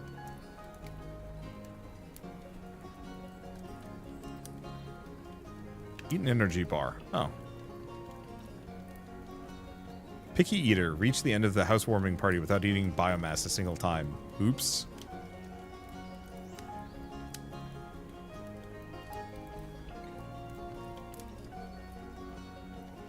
Odysseus. Visit all points of interest. Oh. There's a bunch of things I'm probably not going to do on this. Okay, so what are we going to do? Guess we'll make a Frappuccino. Make a fish and chips. Make a poke. Wait, no. Miso soup is not going to consume any of... What I want to do is go through each and every one of these recipes and use all the ones that use my ingredients up.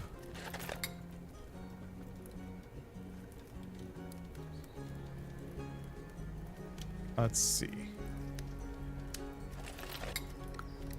It's an achievement apparently for just eating one of those.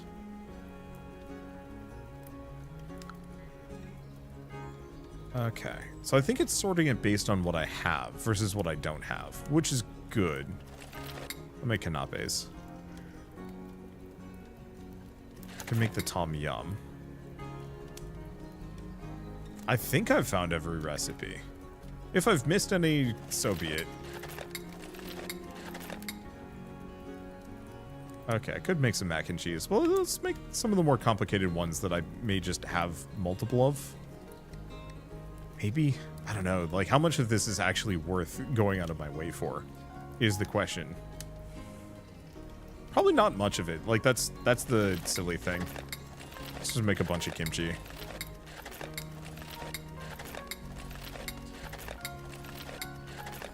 Because I've got more food than I already know what to do with. Like, I could just live off of fish patties, and I would be entirely fine. Oh, we can make cheese balls. The problem with making all the food is how much space it takes up. My big issue is there's not really much of a reason for me to have ever made all of this food. Like, I appreciate the variety of resources that they've presented here, but, there's not really much reason to have done so. Like, none of them give me boosts or perks or buffs or anything like that, so it's all just kind of this weird,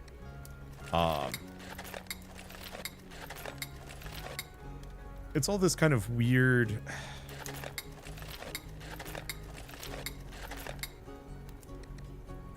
It's weird that there is so much for me to make, but that ultimately it's just a ton of different flavors of the exact same thing over and over and over again. I don't really begrudge the game too much for that, just because buffs don't really make a whole lot of sense with this. but it would have at least given me a little bit more of a reason to do anything. Okay, let's go back to the top. What can I make? Might as well bake some mushrooms and whatnot. Let's see, if you go for all the achievements, you have to make 5 of everything. Yeah. I just don't think I'm that passionate about it. Like, I don't know. Going for all achievements in these games usually is just a lot of time spent for almost no actual meaningful reward. If it was one of those that, like, the game went longer and there were less recipes and it was more about, well, if there were less cooking recipes, but the game went longer and you actually got meaningful buffs for them, like, say if you ran into recipes halfway through the game instead of, you know, here, you're at the end, you know, here's a bunch of recipes for you to craft that you've been putting off because you haven't needed to do any cooking ever because you're swimming in food. But, you know, maybe you have a whole bunch of stat boosting items that give you various perks and abilities and whatnot. Let's see. Like, some of these I could probably just tour the vending machines for a bit and grab things, but hard to care. Oh, right.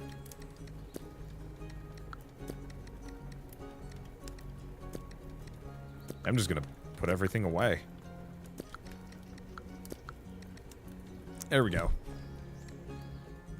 Yeah, they even just nerfed the hunger rate because a lot of people on the farm were complaining it was too hard for some reason. That doesn't make any sense. I wonder if you played Spiritfarer. Yeah, Shell and I played a bunch of that, kind of early pandemic, but it was actually just too sad. So we never finished it.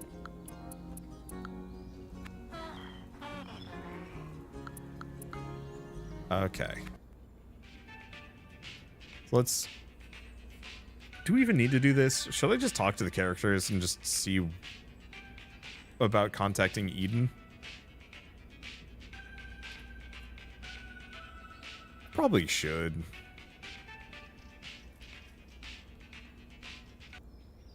Relaxing apocalypse. What an interesting concept. It's, like, actually a lot of fun. I like it. You look lovely, Marquin. How are things? You know that song, how that song of mine goes? My days are clear when you are here. Friends together, stay forever. La la la. Sorry, Marquin, but you were mistaken. There's nothing between us, because I'm not Lucius. I'm a clone of his brother. Can you imagine? My heart sensed that right away. Suppose I just wanted to live a dream for a little while. Barbara, I learned about my past. Christopher, that's my name, not Lucius. I'm a clone of his brother. And that's why I like you, you bumpkin. Pretentiousness is for the weak. Prospero, my dear wizard, it turns out I'm not Lucius at all. I'm Christopher, his brother. Actually, a clone of his brother. So that's why there's such a resemblance. Well, I can't say this is a huge surprise, as Prospero has seen your destiny. Hi, Earl, what are you up to? Oh, good to see you. I'm making a recipe for mushroom sauce. In theory, it could be my next masterpiece. Earl, it's all true. Lucius did some scary things, but I'm not him. I'm Christopher, his brother. Well, more specifically, a clone of his brother. Welcome back, boss. Whether or not you're actually Lucius doesn't matter to me. I've made up my mind. Let's get in touch with Lucius, why don't we? We'll all help. We have to reach Eden. Barbara just happened to have told me about something called a cosmic beacon. Take this blueprint and get cracking. Alright. So I think this is just the end game.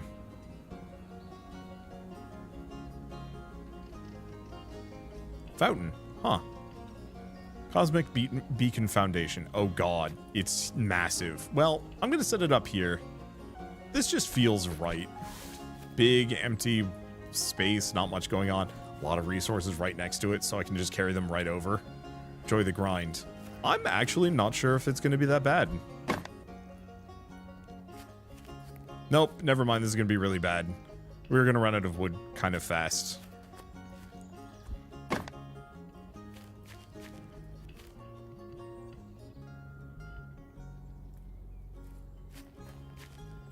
And this is just the foundation, too.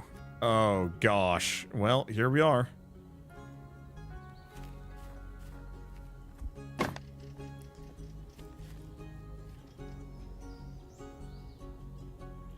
Okay. Luckily, I didn't get rid of all of my wood. That would have been really bad. Have a nap, let the bots do it. The only problem is if I have a nap and if I stop for any reason, that's the end of the stream. The problem with it is, how would I...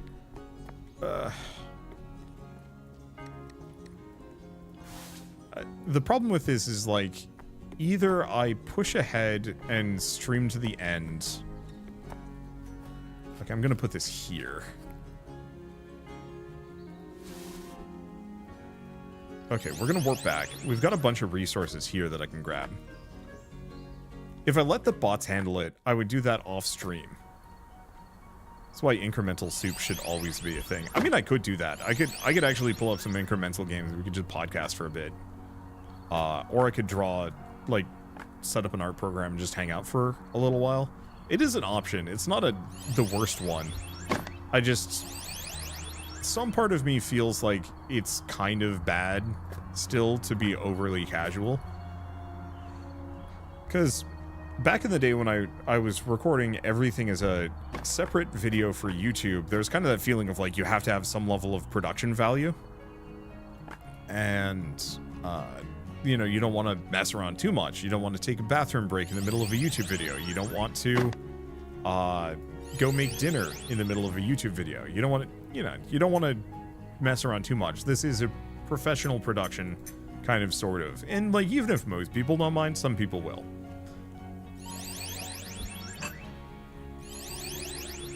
And so it's really hard to get around that mentality a little bit with this sort of thing. Oh, you fool, I just clicked on it. I clicked on that one so I could actually warp, but whatever, it's fine. I also only have 2 bots that build. Yeah. I kind of... Well, no, the engineer upgrade was worth it. Okay, let's switch you back to... Water carrier? No. Builder. Are we just out of repair kits already? No, they're right there. Unless they don't use the repair kits.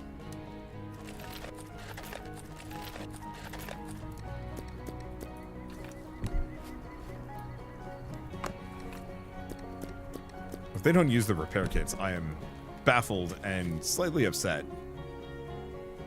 Not a big deal. Yes, that's true. I think modern streaming also has some more leeway to that stuff, as long as you're not doing overly long breaks. Oh yeah, like, it's not really a problem here in this situation. It's just that I have that, like, mental, I don't want to say block exactly, but that small feeling of, like, I shouldn't be doing this, or I shouldn't be too unprofessional with this. And also, I don't know if I want to spend, 6 hours streaming today while we finish this up. But I also don't want to stop streaming because quite literally it would be a 5-minute video of the end of everything. I really wish YouTube would actually let you append things to videos and stuff. Or even do, like, a re-upload. Obviously, it doesn't work with a stream exactly. But how lovely would it be if I could actually be like, actually, I'm going to add 5 more minutes to the end of this video. Or, oops, I made a mistake. I've re-recorded the middle 5 minutes to get this cutscene in, or something like that. Like, the fact that you cannot replace your already uploaded videos on YouTube has always bothered me. Okay, so we need 5 more lumber, 15 metal, and a lot of glass. I can also scrap these things.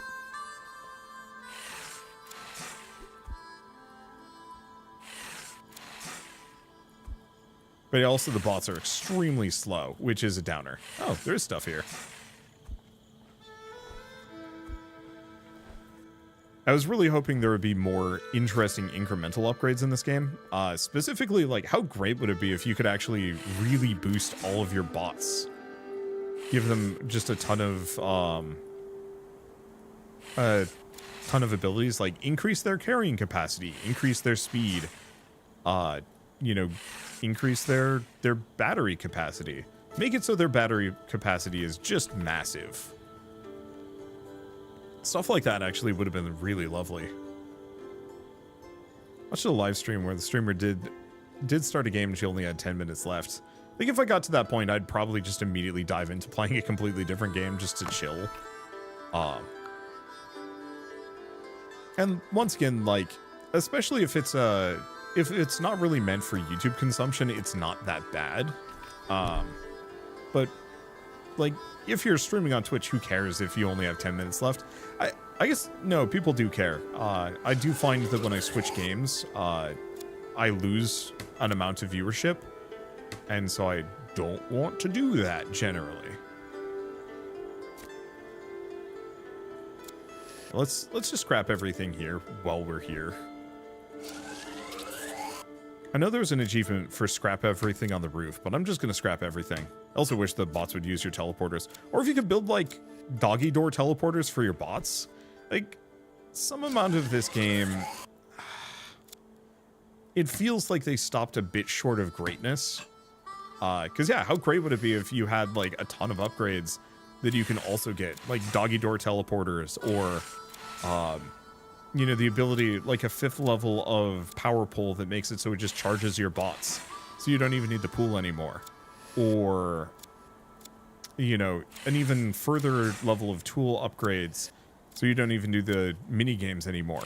Because like, once you get to the point where you've got the final levels of tools, you really could have had it that they just like start instant completing all of these, and you're just like, you're chewing through furniture in seconds, because why not?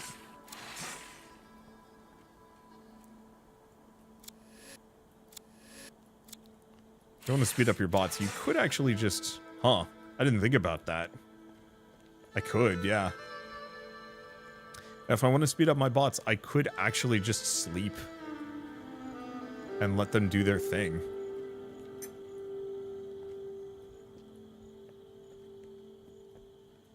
I wonder if you ever deleted the floor underneath your bots. I don't think you can do that.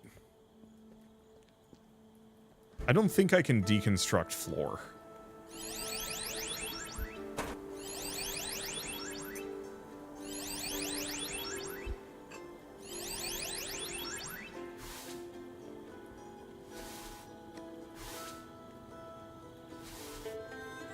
Okay.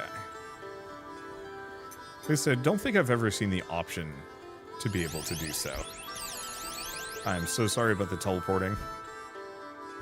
I'm sure that looks awful on your guys' end, but... I mean, I guess it looks awful for everybody involved. At least I can kind of tolerate it because I'm doing it.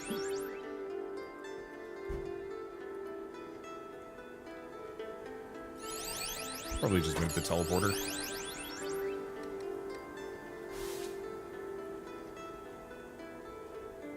Because yeah, it's so much easier if I just have it right next to all of my resources. I still wish I could actually just chuck a resource through the portal. Like, don't take the teleporter myself, just literally fling the parts through instead.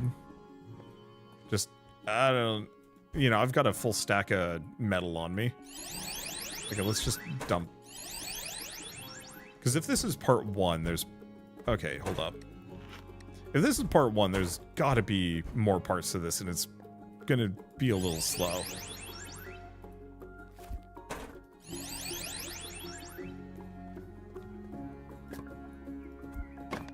Oh. There's also the light bulbs there. There might still be some stuff for me to scrap.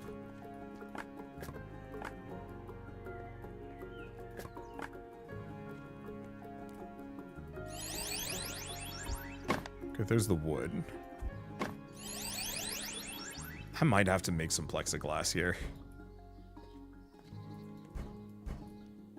I'm not too worried about that from a time-consuming thing.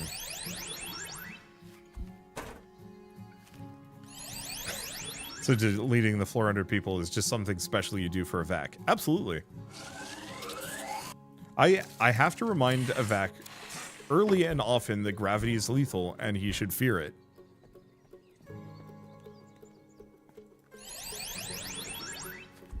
At the plexiglass from the other pile. I'm working on it. So I might as well explain my thought process here because it might not be obvious.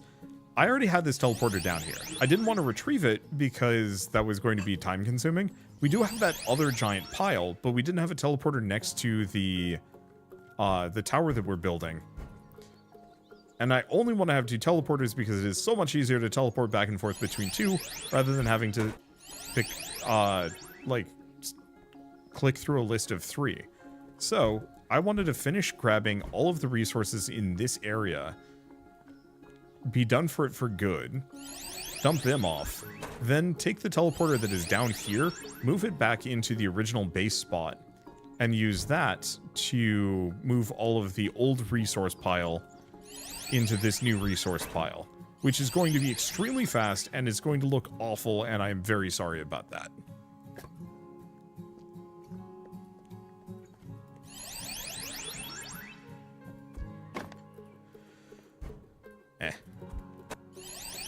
Alright. Didn't mean to do that, but whatever. I have so much food. Let's see. Oh, light bulbs. No, these are not scrappable. Oh. I think at this point I've recycled everything in the game. I don't think there's anything left for me to scrap, or if there is, like... Oh, that. This one solar panel.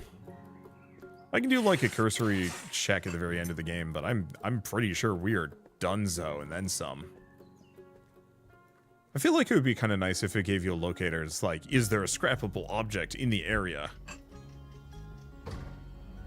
There's an achievement for scrapping everything on the roofs. I already got that one, though, because that only counts the stuff on the roofs.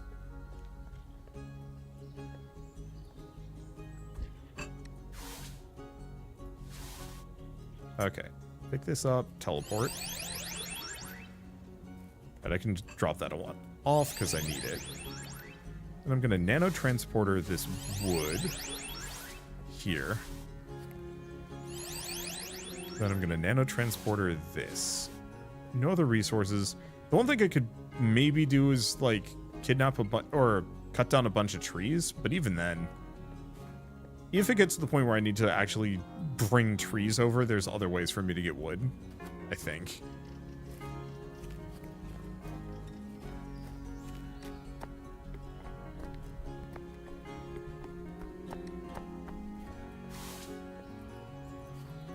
Okay. Put that there.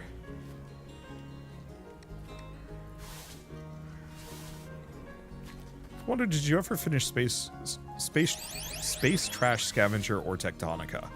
I actually have not finished either of them. I didn't really put any time into Space Trash Scavenger, to be honest. It really didn't vibe with me in the same way that, like, Raft does. I'm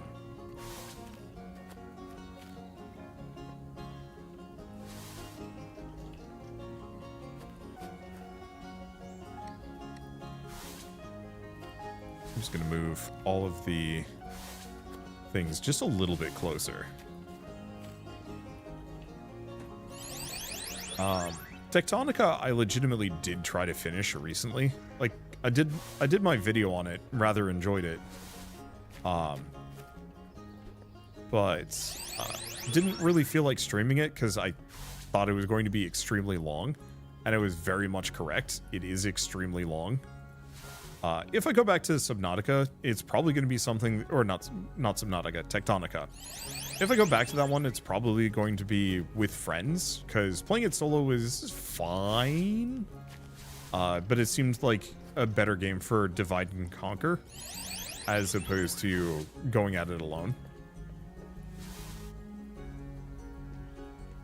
Part of it is, Tectonica specifically would do the... Do I want to have that here? No. I kind of messed myself up here with that, but it's fine. I can work with it. Tectonica would have you reach a new tech level and then immediately have you throw away your entire factory to make something new with, like, whatever the new technique is. And, I don't hate that design philosophy, but what it did mean was that, like, I was spending a lot of time building and rebuilding, and eventually that got kind of frustrating. Because it doesn't matter that much when you're playing Factorio, when you have to tear apart your entire factory, because it's all top-down and you can do it really quick. But if you're playing something like, Tectonica... If you're playing something like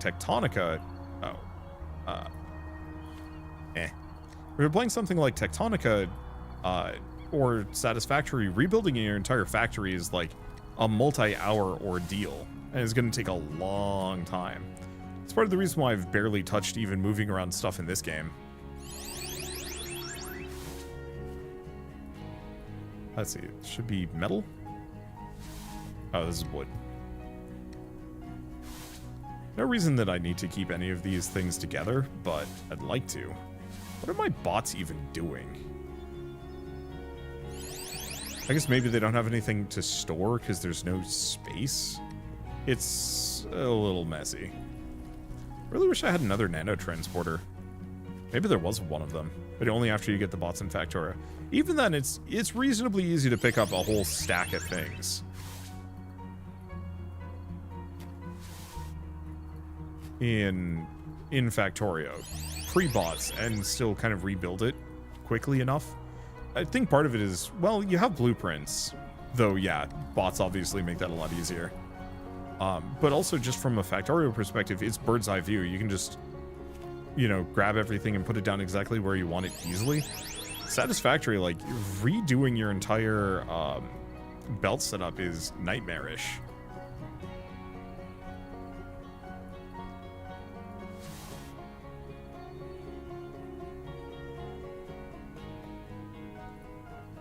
Okay, is it actually inputting it into the thing? Okay, good. For a second, I was very worried that my bot was literally going to... Oh. I was very worried that one of these bots... Oh, shoot. The bot was going to bring it to a completely different storage thing. I should have pinned that. What am I doing? So actually, we didn't even need this storage pile. I just needed a little bit. I was assuming it was going to just require even more of the same stuff, as opposed to progressively more complicated ingredients. Of course it needs that.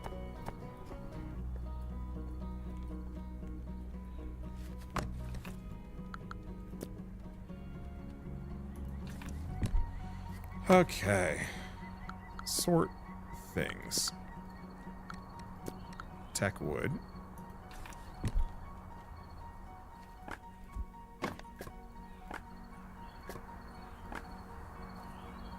Let's get 2 more tech wood.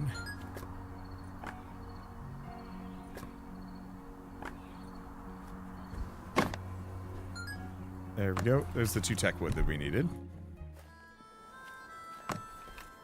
Okay, so we need matrices. We need a decent amount of foam. Hopefully these things have just been producing foam this entire time, and then I have plenty. Let's go to crafty. How much plastic do we have? Not as much as I'd like.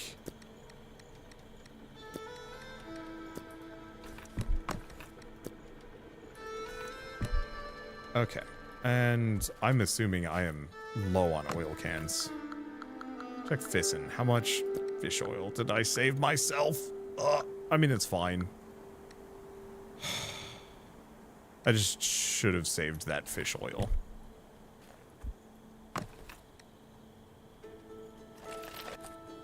Okay, good. Oh, I need large quantities of plastic here.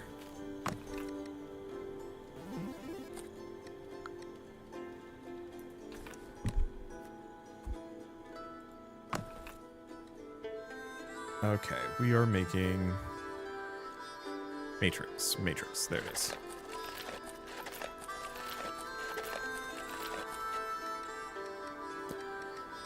Move these over. I have 2 oil cans. I think we can buy oil cans. But in the meantime, I think I'm gonna go fishing.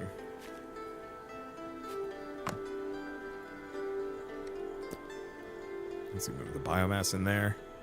Guess we don't need the empty bottles anymore.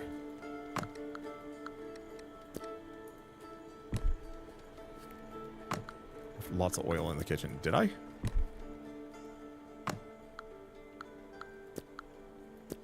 No, so I turned all the fish oil into patties, I think. Yeah, I had 3 stacks, and like an absolute moron, I used them all up.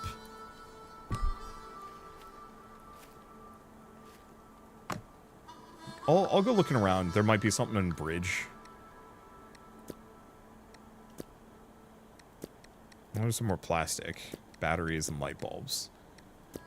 I'll just grab everything that is vaguely useful.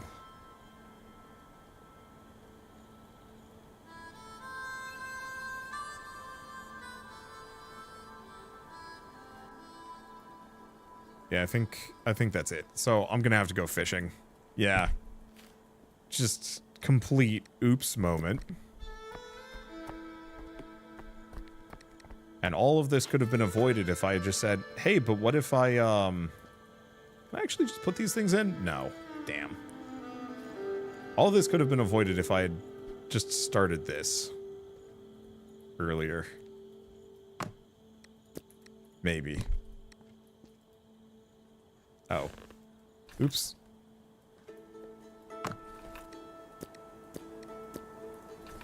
There we go. And too bad bots don't fish.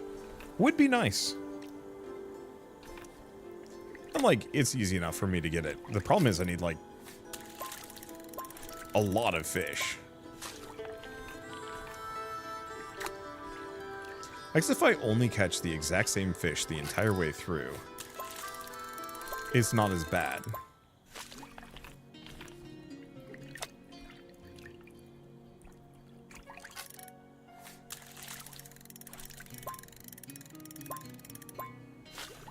If only you could deconstruct patties. You just boil them down. Oops.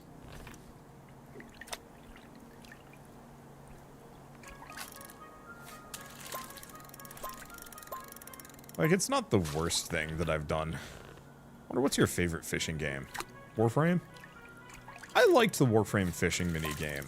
I did find it a little bit slow by the end. But I think that was just genuinely true of a lot of Warframe. I think my main issue with fishing in Warframe is that there was no, like, good place to do it. There were watering holes, yeah, but there's never, like, a good spot to just stand and fish. It was always, like, really awkwardly, like, standing on the shore and chucking fish, or chucking your spirit fish, or playing as a Vara and putting a wire over a body of water to get fish. And like some amount of that just felt very slow and awkward, and I would have liked like you know, honestly, a fishing skiff. Stardew fishing. I like the tension of Stardew fishing, but I didn't like the reflexes required. If I had one that I'd throw out, I actually really liked the fishing in Okami, because it felt like very exhilarating, and then you only had to do it like once per fish and then it was done. I think one of my biggest problems with a lot of fishing games is very much just that you're there doing the same fishing over and over and over and over and over again.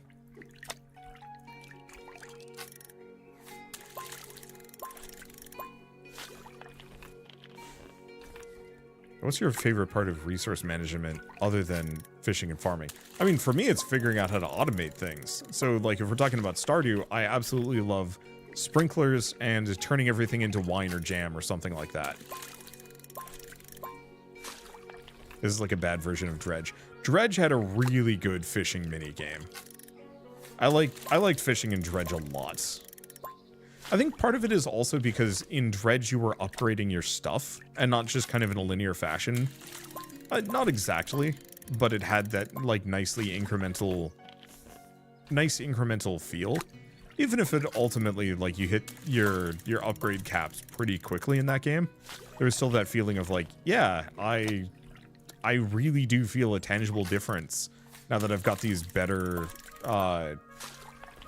you know, this better engine, or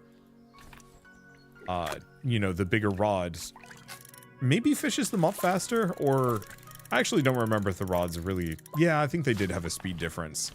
The big one was the inventory space. is that, like, initially in Dredge, you only pick up, like, 2 or 3 fish. And then by the end of it, you can have, like, 10 or more, depending on how much stuff you're carrying around. Let's see. So minigame has to be automated after the player character figures out the pattern. You know what I would describe it as? I wish every single fishing minigame had a secret fishing skill experience bar that your character was slowly going up, so that eventually, the more you fish, the easier it is to hit these targets. So for this one, I mean, hell, have a full talent tree.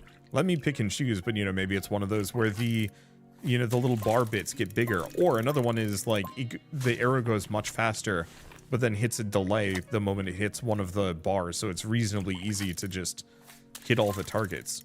Or another one that just straight up lets you fish it, but it takes longer, so I could just walk away from the game, take a break, make a sandwich, come back, my character's got a full inventory of fish. You know, there's a lot of different ways that you can handle progression systems, even within a fishing game, that could actually make it compelling or interesting. And I think that's my biggest problem with a lot of fishing games, is that they don't give you that,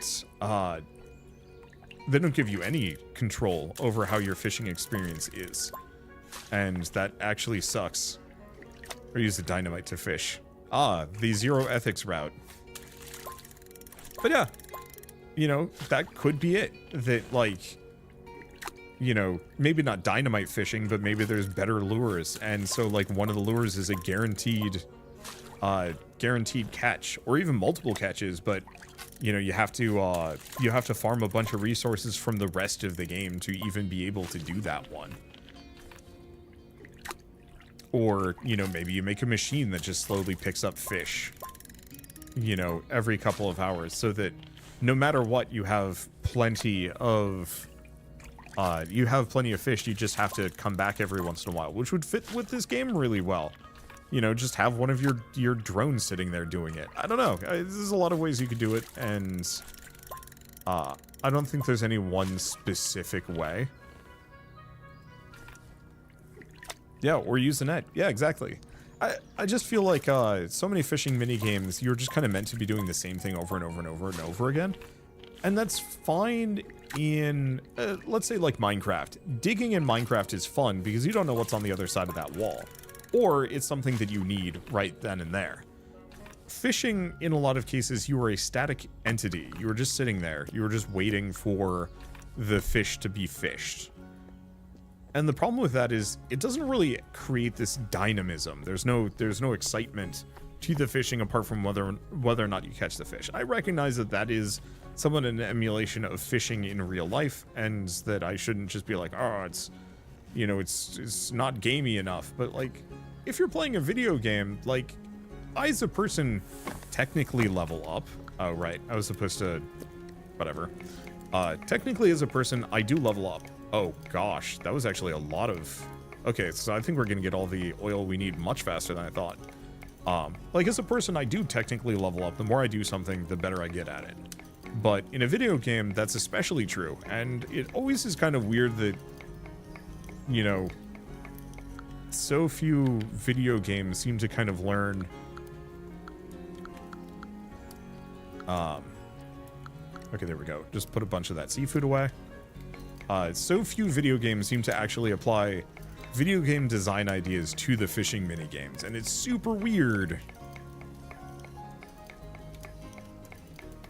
And one of the big problems with fishing in games is the way they start. It's the hardest when you start. They give you progression, but no new challenges to use the progression on. Yeah, I mean, I think Stardew did a very good job of making the end game fishing moments really challenging and actually meaningful. But by that point, they were almost like such brutal reflex tests that it almost wasn't worth doing in its own way.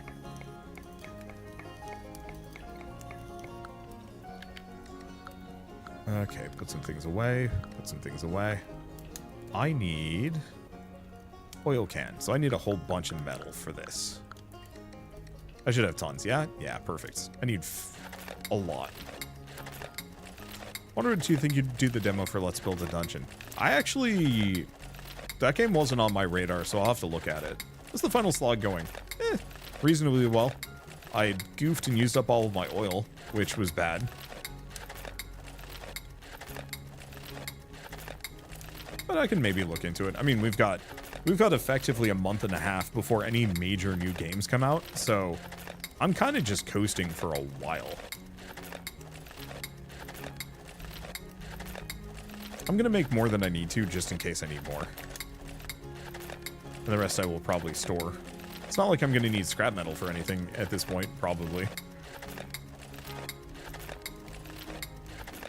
It's always like the fishing, hacking, and lockpicking minigames are not given the right amount of love for making them challenging. Yeah. Okay.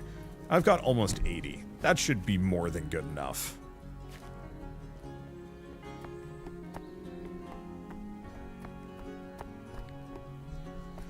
Okay. So I'm pretty sure the next tier is going to require probably wolframite and some other things. Yeah. Oof. Oof. Oof. That's rough in its own right. Okay, how much money have we collected? No, nope. I'm gonna nano transport this thing. We're gonna bring it over.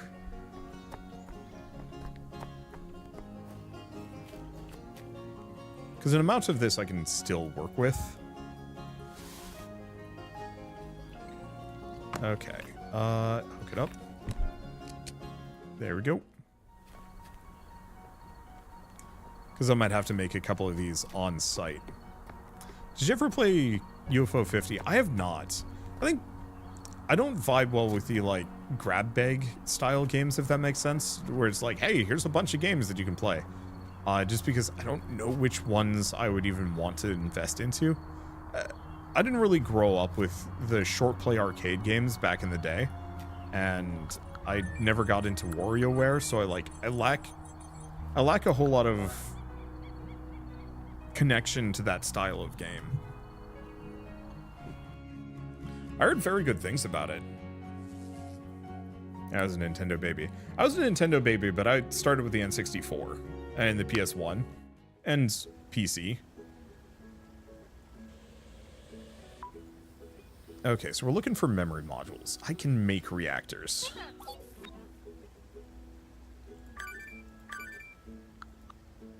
Well, that's rough. Go to Takashiro next. This is going to be expensive.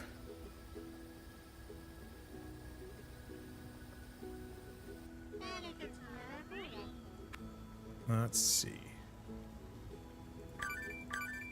Oops, didn't mean to do that, but that's fine. So what else do we have in the area? Cookies. Plastic. We might want that plastic. Mostly want to check. I know there's one of them with batteries. Oh. But it won't be active till tomorrow. So we'll have to come back. That's 4. That's 5. Let's go for the plastic. We need it more. There are like 20 long play games with savings. Okay. So like, yeah, maybe I'll give it a shot. I think it's just one of those where like, there's so many other games coming out that it is difficult for me to want to poke at that one. I think part of it is I also try very hard not to cover games that are super popular at the time or are getting a lot of buzz. One, just because oftentimes I feel like I get pushed out as far as YouTube search metrics or just promotional metrics in general. Like the algorithm is just like, I know everybody's covering this game and getting a lot of views, but not Wander. So I've kind of been trained to not do that.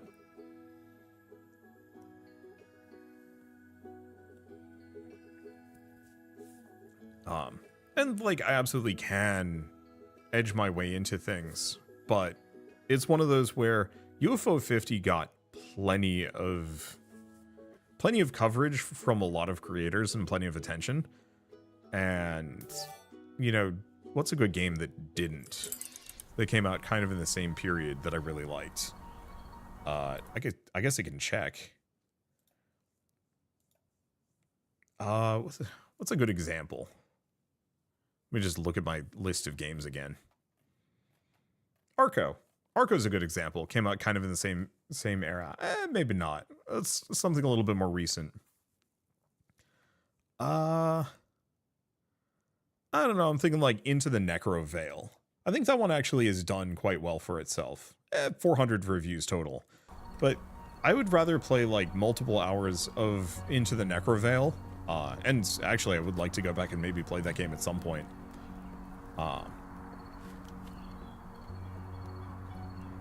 Let's see. So what was I going to do? I have some of these things. Let's start by getting a bunch of plastic, I think. Actually, we have a ton of plastic. So maybe instead of that, we should get scrap metal.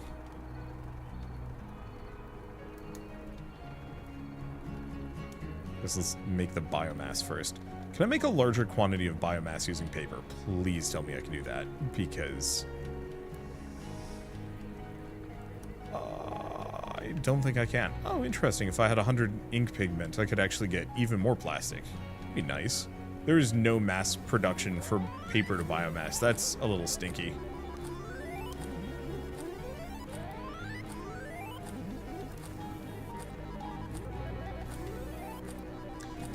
And so, like, obviously I can't cover every single game under the sun. I'd love to, but I just don't have time for that. But it is one of those where, like, I have to be somewhat selective about what I cover, because as far as, like, my channels go, I can actually do a lot of good. You know, if I cover a game that nobody's ever heard of, that is actually legitimately very good, I can potentially make it so the game is successful. It doesn't always work. Like, I can't just pat myself on the back too hard here. There are a lot of games that I cover that just no one will ever care about, and that is kind of a quiet tragedy in and of itself. Let's see. But, oh, I should probably do a playthrough of Nodebuster at this point. Kind of late on that one. But when I played Nodebuster and put my video out on it, it had like 16 or 20 reviews. I think at this point it's got thousands, because so many people have picked it up and played it and said like, hey, Nodebuster is a really good game. And like, I can't claim all the credit for that, but I very much can point at like my coverage for what sent it, not exactly into the stratosphere, but sent it into a reasonably, or made it reasonably popular at the time. Okay, you know what? Let's do some plastic too, because I'm gonna need so much foam. And so, to some degree, I try and use that as a means of like highlighting games that I think deserve more attention than they actually get, rather than further like enhancing games that are already doing fine. It just seems more worthwhile and also more satisfying in a weird way. I like being a hero. No, I just like, I don't know. I like finding weird games that people haven't heard of or talked about. I thought I had a fertilizer bag somewhere. Oh, I do. Oh, it's just fertilizer. Oops. I thought I'd picked up a biomass sack instead. Oh well. Let's go back to this. Gonna put that away. Okay. So I need 3 more memory modules. A lot of foam. If I need 3 more, that means I need 2 more microchips. That I put in here. Let's just wait this 15 seconds for this to finish, then we'll cycle over to another thing. I never read reviews and never buy a game until it's been out for at least a month. If it's not in early access. Love games that everyone hates because they overhyped it. I think it varies. I think there's a lot of games that like are hated for a very clear and specific and very reasonable reason. But on the flip side, I do really like the games that people are really hyped about, but only like a handful of people are, because it usually means it's a game that just didn't have good marketing and it's actually really good. Let's see. Okay. So let's see how many reactors can I make. Oh, I need battery. Let's figure this out. Wonder you helped me finalize the decision on buying this. Wanted to for a while. Got it once I started watching your playthrough.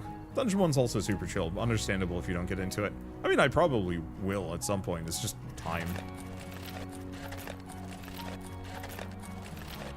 Okay, so I have no reactors, so I'm going to need 28 batteries. So I'm going to need 13 more batteries on top of this. Ouch.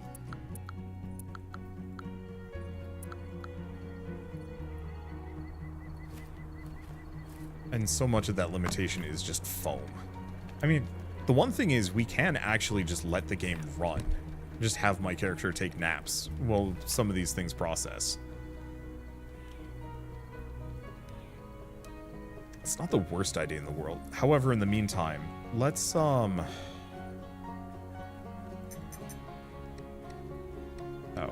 put this down. Eat a salad. Grab plexiglass. Bring it over here. Because I'm going to need a bunch of carbon. That I currently do not have. Oops, no, put that back. I really wish you could actually just slap one of these right next to the thing. And it would actually... just pull from the storage. Like, I think that's the big one that this needs. I love the fact that you could transport your resources from one chest to the next. I wish you could do that with these. And it's super weird that you can't.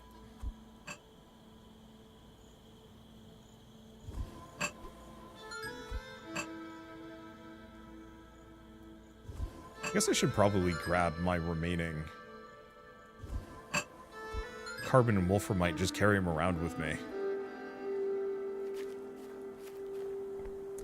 Days Gone is one of my favorite games that was hated out of the gate because they were forced to release it before it was ready. I think my only beef with Days Gone that I remember was... We do have a little bit. My only beef with Days Gone mostly boiled down to I ran out of gas once and had to walk back. And that was like the worst feeling ever. As one of those games that I would have been super hyped about if they had an accessibility option that just turned off the fuel. Because fueling my bike up just did not feel good ever. I know it was like kind of supposed to be part of the realism of the simulation, but it just, I don't know. Fuel costs in video games is difficult to work with. Same thing with like repair bills and whatnot. I know somebody, I was talking about this a couple of days ago, and I guess speaking of mean comments, I do remember somebody's like, why don't devs just put in an insta-win button for you then? It's like, games are about more than just like beating them. And it's really weird that a lot of people react as though games can only be viewed from the lens of like a challenge to complete, as opposed to like a story or a shared experience or like a story, a shared experience, an interesting world to explore, and that not everybody plays games for just, I don't know, challenge. Kind of like, I love the idea of playing Elden Ring, but I actually don't, I didn't really vibe with Dark Souls 3 that much because it was much faster and much harder. Same thing with Bloodborne. If there was a like somewhat easier difficulty for Elden Ring, and I know there was a mod for this, but if there was like an easier difficulty built into those games especially, I'd play them in a heartbeat. Because I want to explore, I want to kind of like immerse myself in the lore, and instead I have to worry about, you know, are my dodging reflexes and is my build up to snuff so I can beat this game? And like, it is kind of one of those where you have to earn the ability to enjoy them, in a way. But I kind of wish I just didn't even have to do that. Wait, where did I put it? Oh, there it is.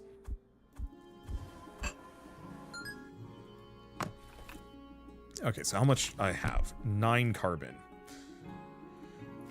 Problem is we don't have any more plexiglass, to my knowledge. I think we've hoovered everything.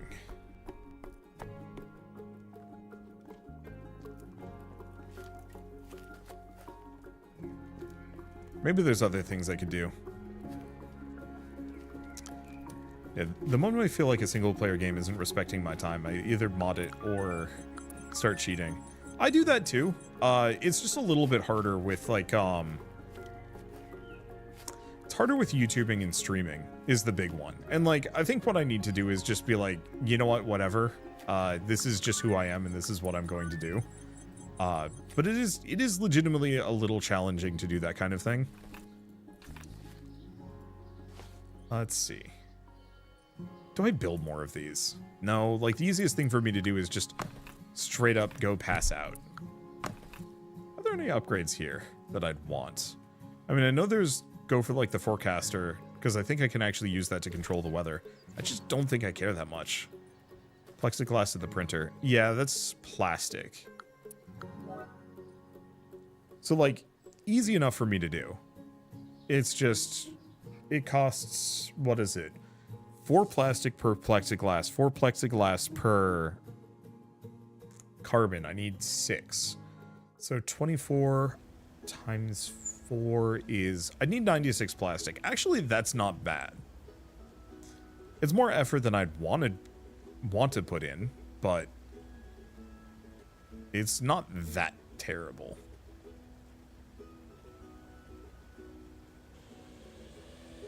The deactivated big minions. I really wish this thing flew faster. Oh, right, and I can also... Oh, but it's only like 1 plexiglass out here. But I guess I've never been, so who knows? 5 batteries. Actually, that's really good. Let's see. Eisenhart is available.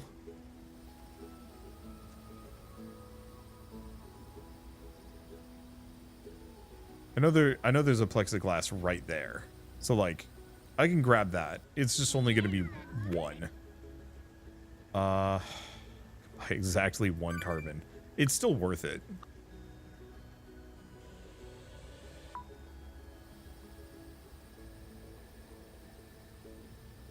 And yeah, I know I can just leave my drone there and it'll still come back anyway, which is very amusing.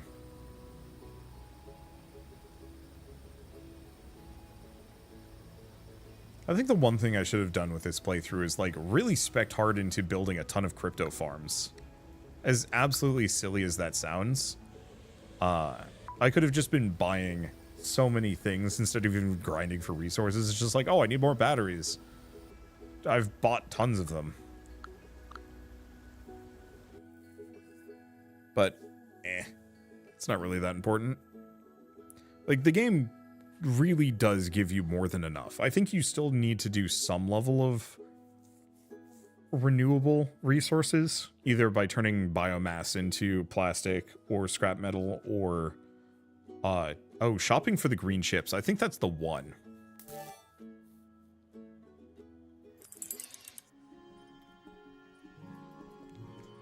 Okay, right. Let's grab the plexiglass. I do agree with the comment earlier that this game needed a scooter. I think that would have elevated some things just from the perspective of being able to traverse the map. I know there's the teleporters, but I kind of wish this guy could just go around on a silly moped or something. Or, I don't know, make a robot suit. Why not, right?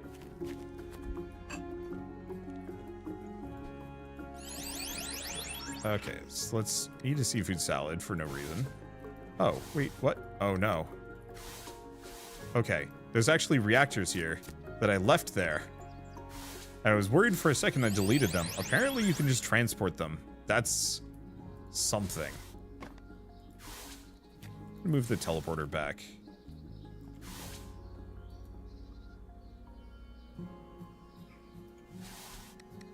Put this here. Move these around.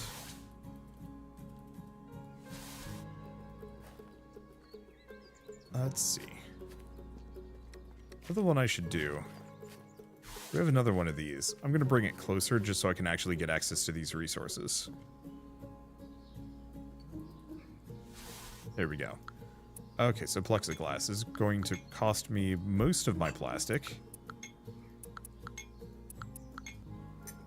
Yeah, the problem is this entire stage is just like, hey, did you bring enough plastic with you?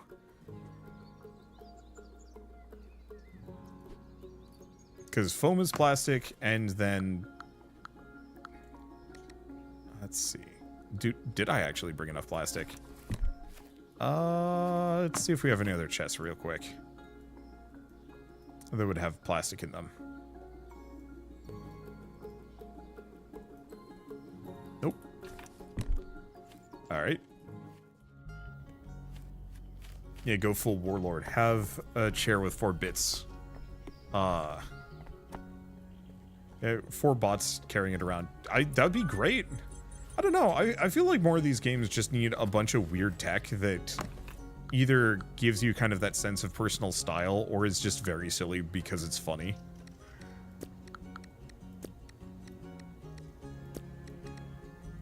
Kind of like how I was talking about earlier about all the different ways you can handle fishing in a fishing game.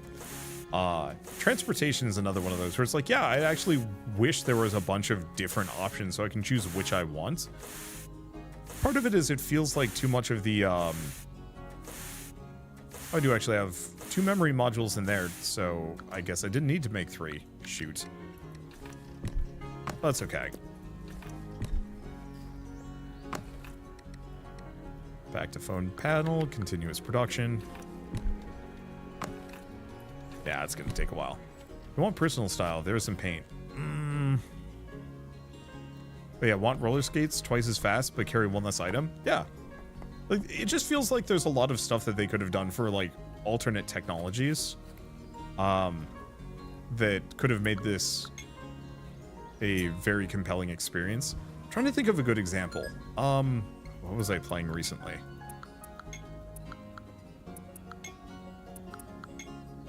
Atlas, weirdly enough. And maybe that's not the best example I can think of, but Atlas is one of those where it has a whole mess of different games.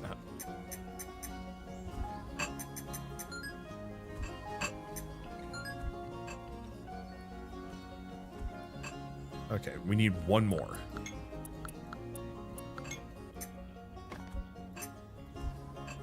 Okay, that should be enough. So now all I need is just the remaining reactors, which is how many? 4. Ouch. Yeah, hoverboard carries 20 items, but only half the speed. A literal wagon that just you carry around behind you. Like, just have a bunch of these alternative techs so you can do all sorts of things. Can I actually just nap? Alright, cool. Time's gonna go faster. I'm gonna refill my water, go to the bathroom 1 more time, and hopefully a lot of my film will be done.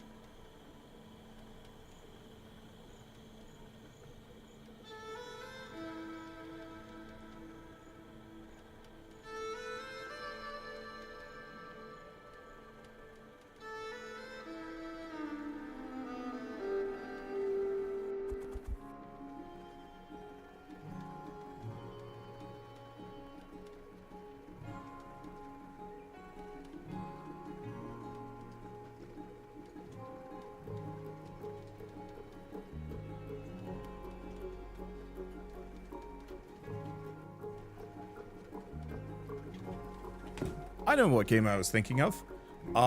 Journey to Incrementalia is a incremental game with a huge amount of width to it, if that makes sense.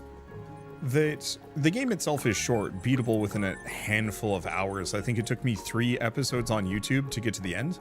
The thing about it, though, is that the whole game was just entirely about concocting the most interesting build possible, using the kind of massive sort of talent tree. Effectively, every 4 or 5 levels, you get access to a new tier of the talent tree, and you could use that to do, I guess, kind of a lot of different things. So, for example, I ended up with kind of this weird poison. I think it was a poison insect build, where anytime any of my, oh no, it was ghosts, but I think the ghost would then do poison. Whenever any of my units died, they'd spawn a ghost, which would do a bunch of damage, but would also poison enemies. And so I then started summoning huge amounts of insects, which would instantly die, because that was how the insect spell worked. And so they'd instantly die. Oh. Not enough battery. Okay, there's 2. So I only need 2 more. So actually, maybe we were further along in this than I thought we were. Well, that's good to know. Good battery. Here we go. But the insects would go, instantly die, explode, do a ton of damage, and wreck pretty much everything in front of them. And I was just like, yeah, this is like an incredibly good build. Like, I've made something utterly broken.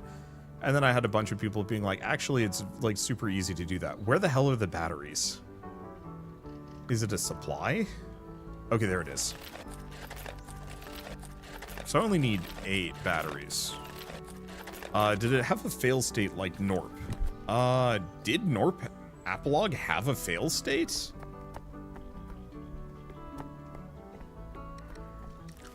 I don't remember it having one. I thought Norp's fail state was mostly just you goofed it, try again.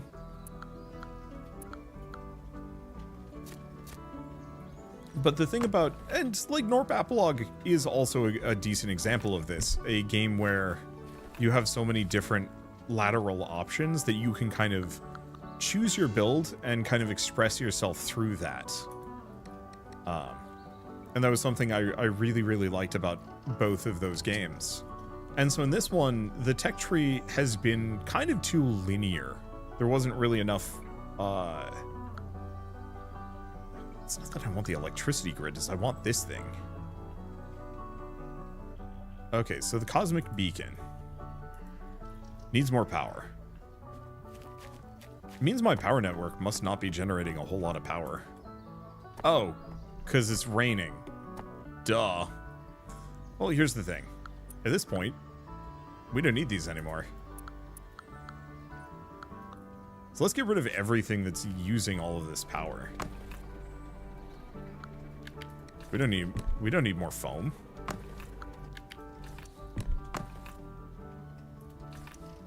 I don't know if that actually stops the power draw on this thing, though. I'm going to assume it's off. Yeah, more like a soft lock in Norp Apolog. Yeah. And so Incrementalia kind of had that. You didn't have to start over much. What you would do is you'd specifically respec, and it would reset the current wall. Like the current wall that you're fighting, because the entire point of the game is that you were destroying wall after wall after wall. And that would eventually lead you to Incrementalia. And so anytime you wanted to respec because your build wasn't good enough or was just outright bad, all you'd have to do is hit the respec button. It would reset the health of the current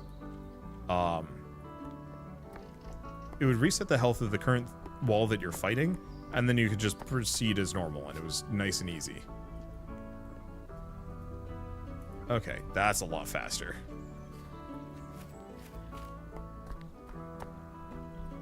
I really wish they made this bridge just a little wider so that me and my bots could travel through. That would have been a great thing to actually upgrade in retrospect. Like, I don't know. It just feels like they could have had a lot of like fun upgrades mixed in here. So, you know, I've complained at least a couple of times now about really wishing I could Is this electric? Okay, good. Really wishing that I could have like a fully interconnected item network, or have this thing pull resources from like a storage rack next to it and stuff like that. I wish this game had just a bunch of those options that you can invest into if you want to, that gives you extra quality of life, but is completely unnecessary to beating the game. It is purely just a like, oh yeah, you know, hey, I'm gonna make it so my entire lumber network is in this like weird lumber singularity. Here, I've made a garden that is generating endless, you know, that would have actually been really cool. Here's a garden that is generating endless crops, except for then you like biohack it into generating endless ramen. Don't think too hard about it. It is just generating endless ramen. Or, oh, I've hooked my kitchen up to the water network, so now I don't have to purify water anymore to make drinking water to cook with. Yeah, forget bridges, trebuchet transportation.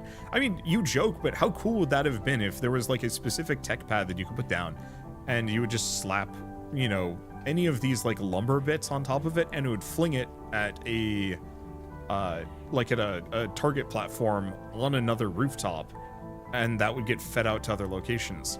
You know, we have these drones, but what if you could also have some conveyor belts as well? Do you want to spec into drones? Do you want to spec into conveyor belts? I recognize that this is all a lot of extra development time and whatnot, but it would have been extremely satisfying having those options as opposed to not. And it's not that I begrudge this game for that lack. It's just one of those where it's like, it felt like we could have had so many fun and kind of crazy different alternative technologies to play around with. Yeah, and you know, for the trebuchet, so initially it just chucks lumber and metal around. Eventually you can get it to throw full chests, or oops, wow, this thing's already down. What are we burning? I'm gonna pin that. I was really hoping the biogenerator. Oh, wait, I can upgrade the biogenerator. What? How did I never think to try that? I don't know, wasn't here. But you know, maybe eventually the cannonball pad, eventually you can hop on it and it'll fling you. But maybe it takes some damage every single time you do it. So it's like, okay, sure, this is worth it. It's just, God heal myself, and eventually you can like soften the landing so it's not that bad. And you just give yourself a lot of these wild options.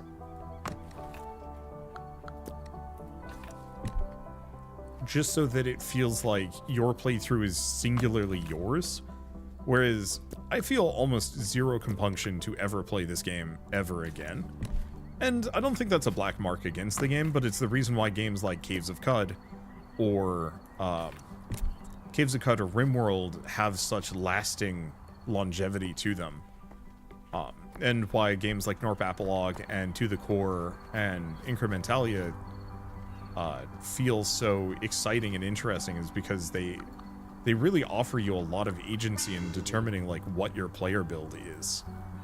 And that's something that I've always felt gets undersung a little bit when it comes to like good game design and whatnot.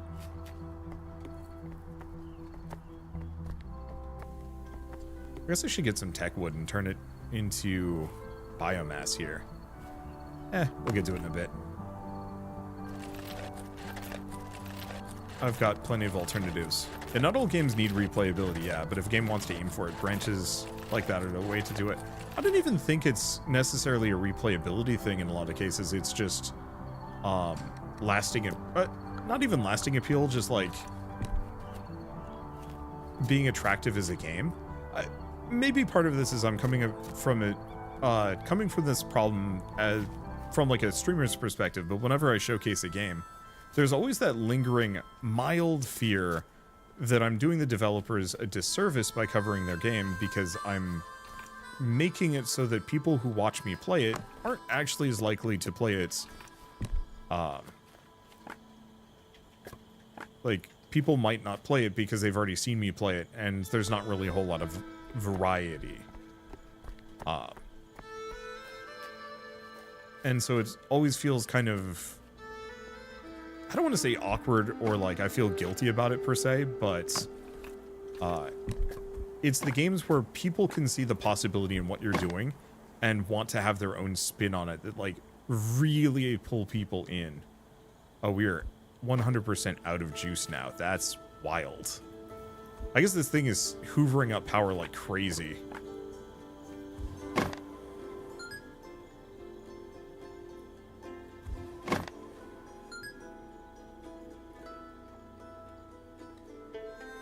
Oh my god, look at it just burn.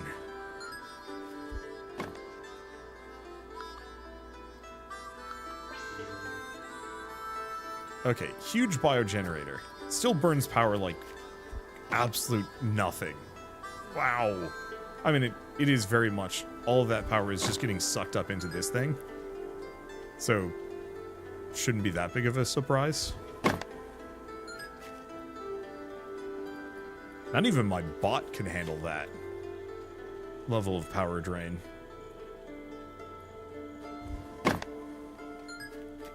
Unless running the, running this thing is also eating up a bunch of power. I'm actually curious about the potential, I don't want to say power storage implications of this, but... And it's fine. How much is this looking at? Yeah, go figure. It's just getting chewed through really quick.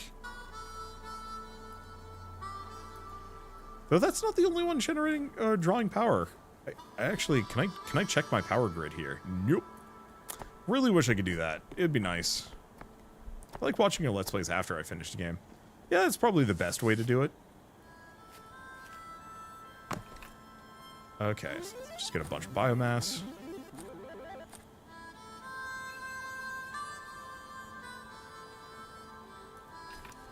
Bring it back. I don't know. I'm just gonna keep powering things. The mods for this are gonna be wild. I don't know if we're ever gonna get mods for this game. Maybe.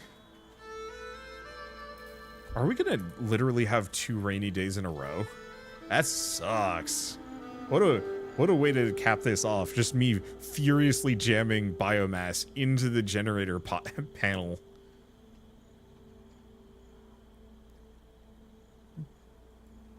Just to keep the lights on long enough for this to charge. And then that is another thing. You know, if we're talking about alternate techs and everything, the fact that it gets solar panels, I'd say within the first like X hours of this game. And then that is... oh, it's also the zap towers. Wait. Well, it got bright. And it's sunny, so we should have no power problems now. Yep. Oh, that's much slower. It's still going down, but it's still much slower.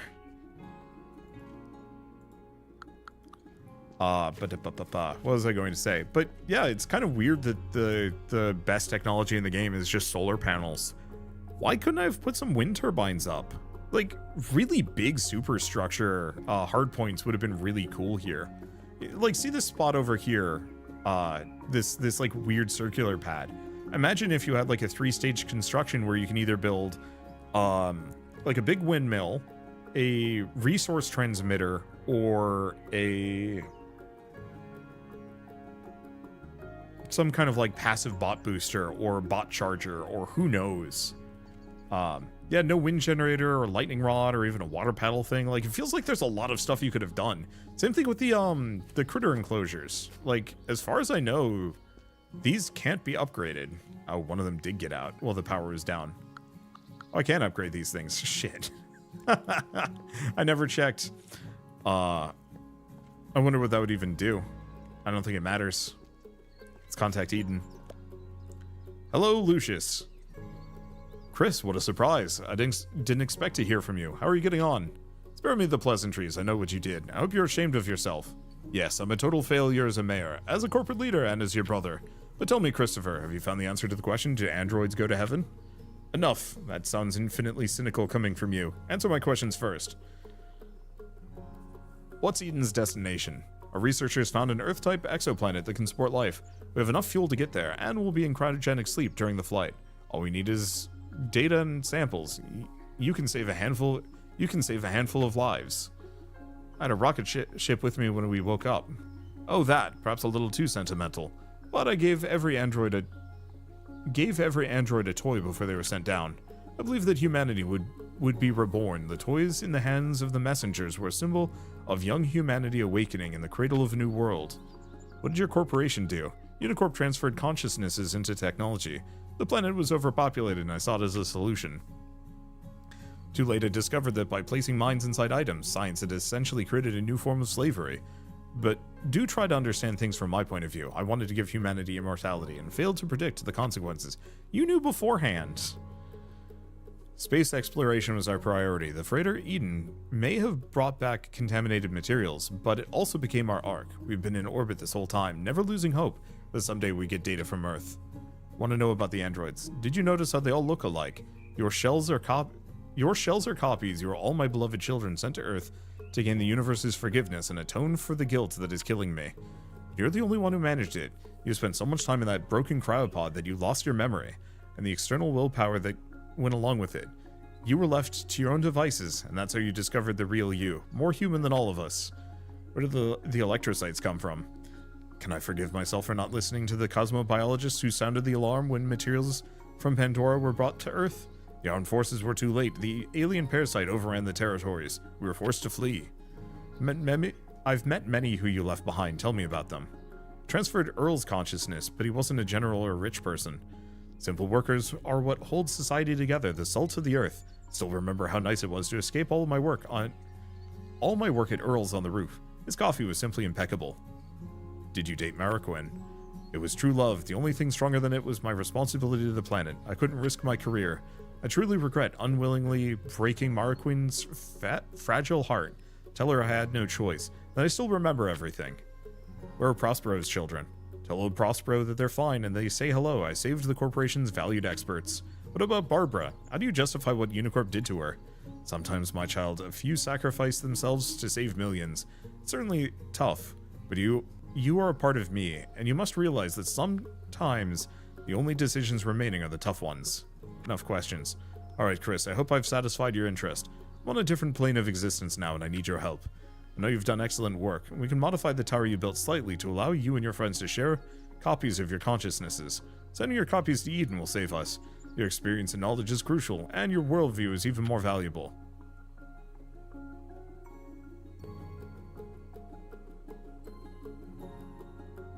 It's kind of an awkward ending.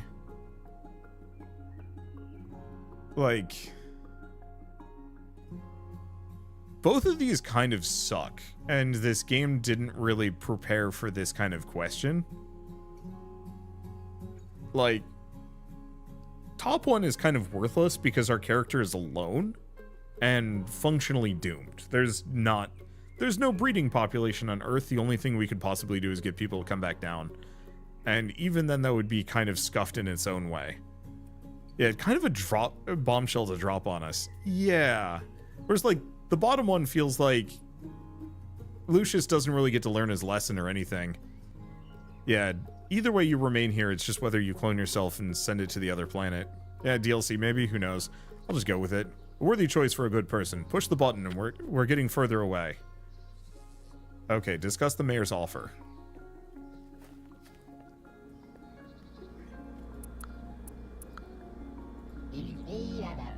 Okay.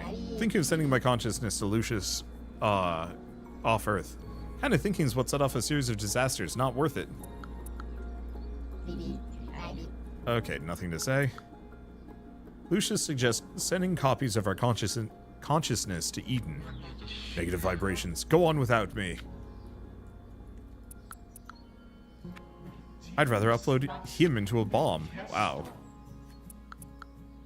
You look lovely. How are things? Okay, thanks for the compliment. I'm always on point. Life as a star is full of bother, but you must always shine. Lucius suggests sending copies of our consciousnesses to Eden. You can go to him. You can go to him. I've learned my lesson. Decide Eden's fate. Wow. Transfer consciousness. Break connection. Alright, bye. You will no longer be able to restore connection, are you sure? Yes. I don't know. Like, the problem is, there's literally not enough evidence one way or another of what's going to change anything. And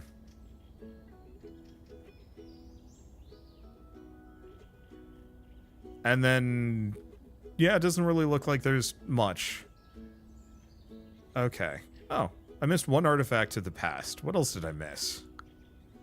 Should have every blueprint, every plant, every fish. Not every bait. Oh, we never did make that one. But yeah, there's not even, like, really much of an ending. Yeah, clone of the mayor's brother. And then in the end, you built a beacon that reached out to the stars and connected with our past. A past that abandoned us. It still won't let go. Alright? But there's no, like, follow-up or anything. It was just it. Yeah, that whole ending felt very much rushed. And I don't know. It's the most casual save or doom the world I've ever seen. And I don't even know if it actually, like, there's no consequences for it. There's no follow-up or anything. It's just like, well, it's done. It's like, okay. And realistically, I'm not that bothered by it. I did not play this game for the plot. I played it to scrap things, turn that scrap into resources, and use that resource to build a base. But I really wish they put a little bit more time into that ending. Just an amount, just to give it a little bit more oomph.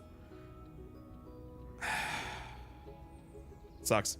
But whatever, it's fine. I still enjoyed the game, and I hope they do another one of these at some point, where they actually put a little bit more time and development into the building and the exploring.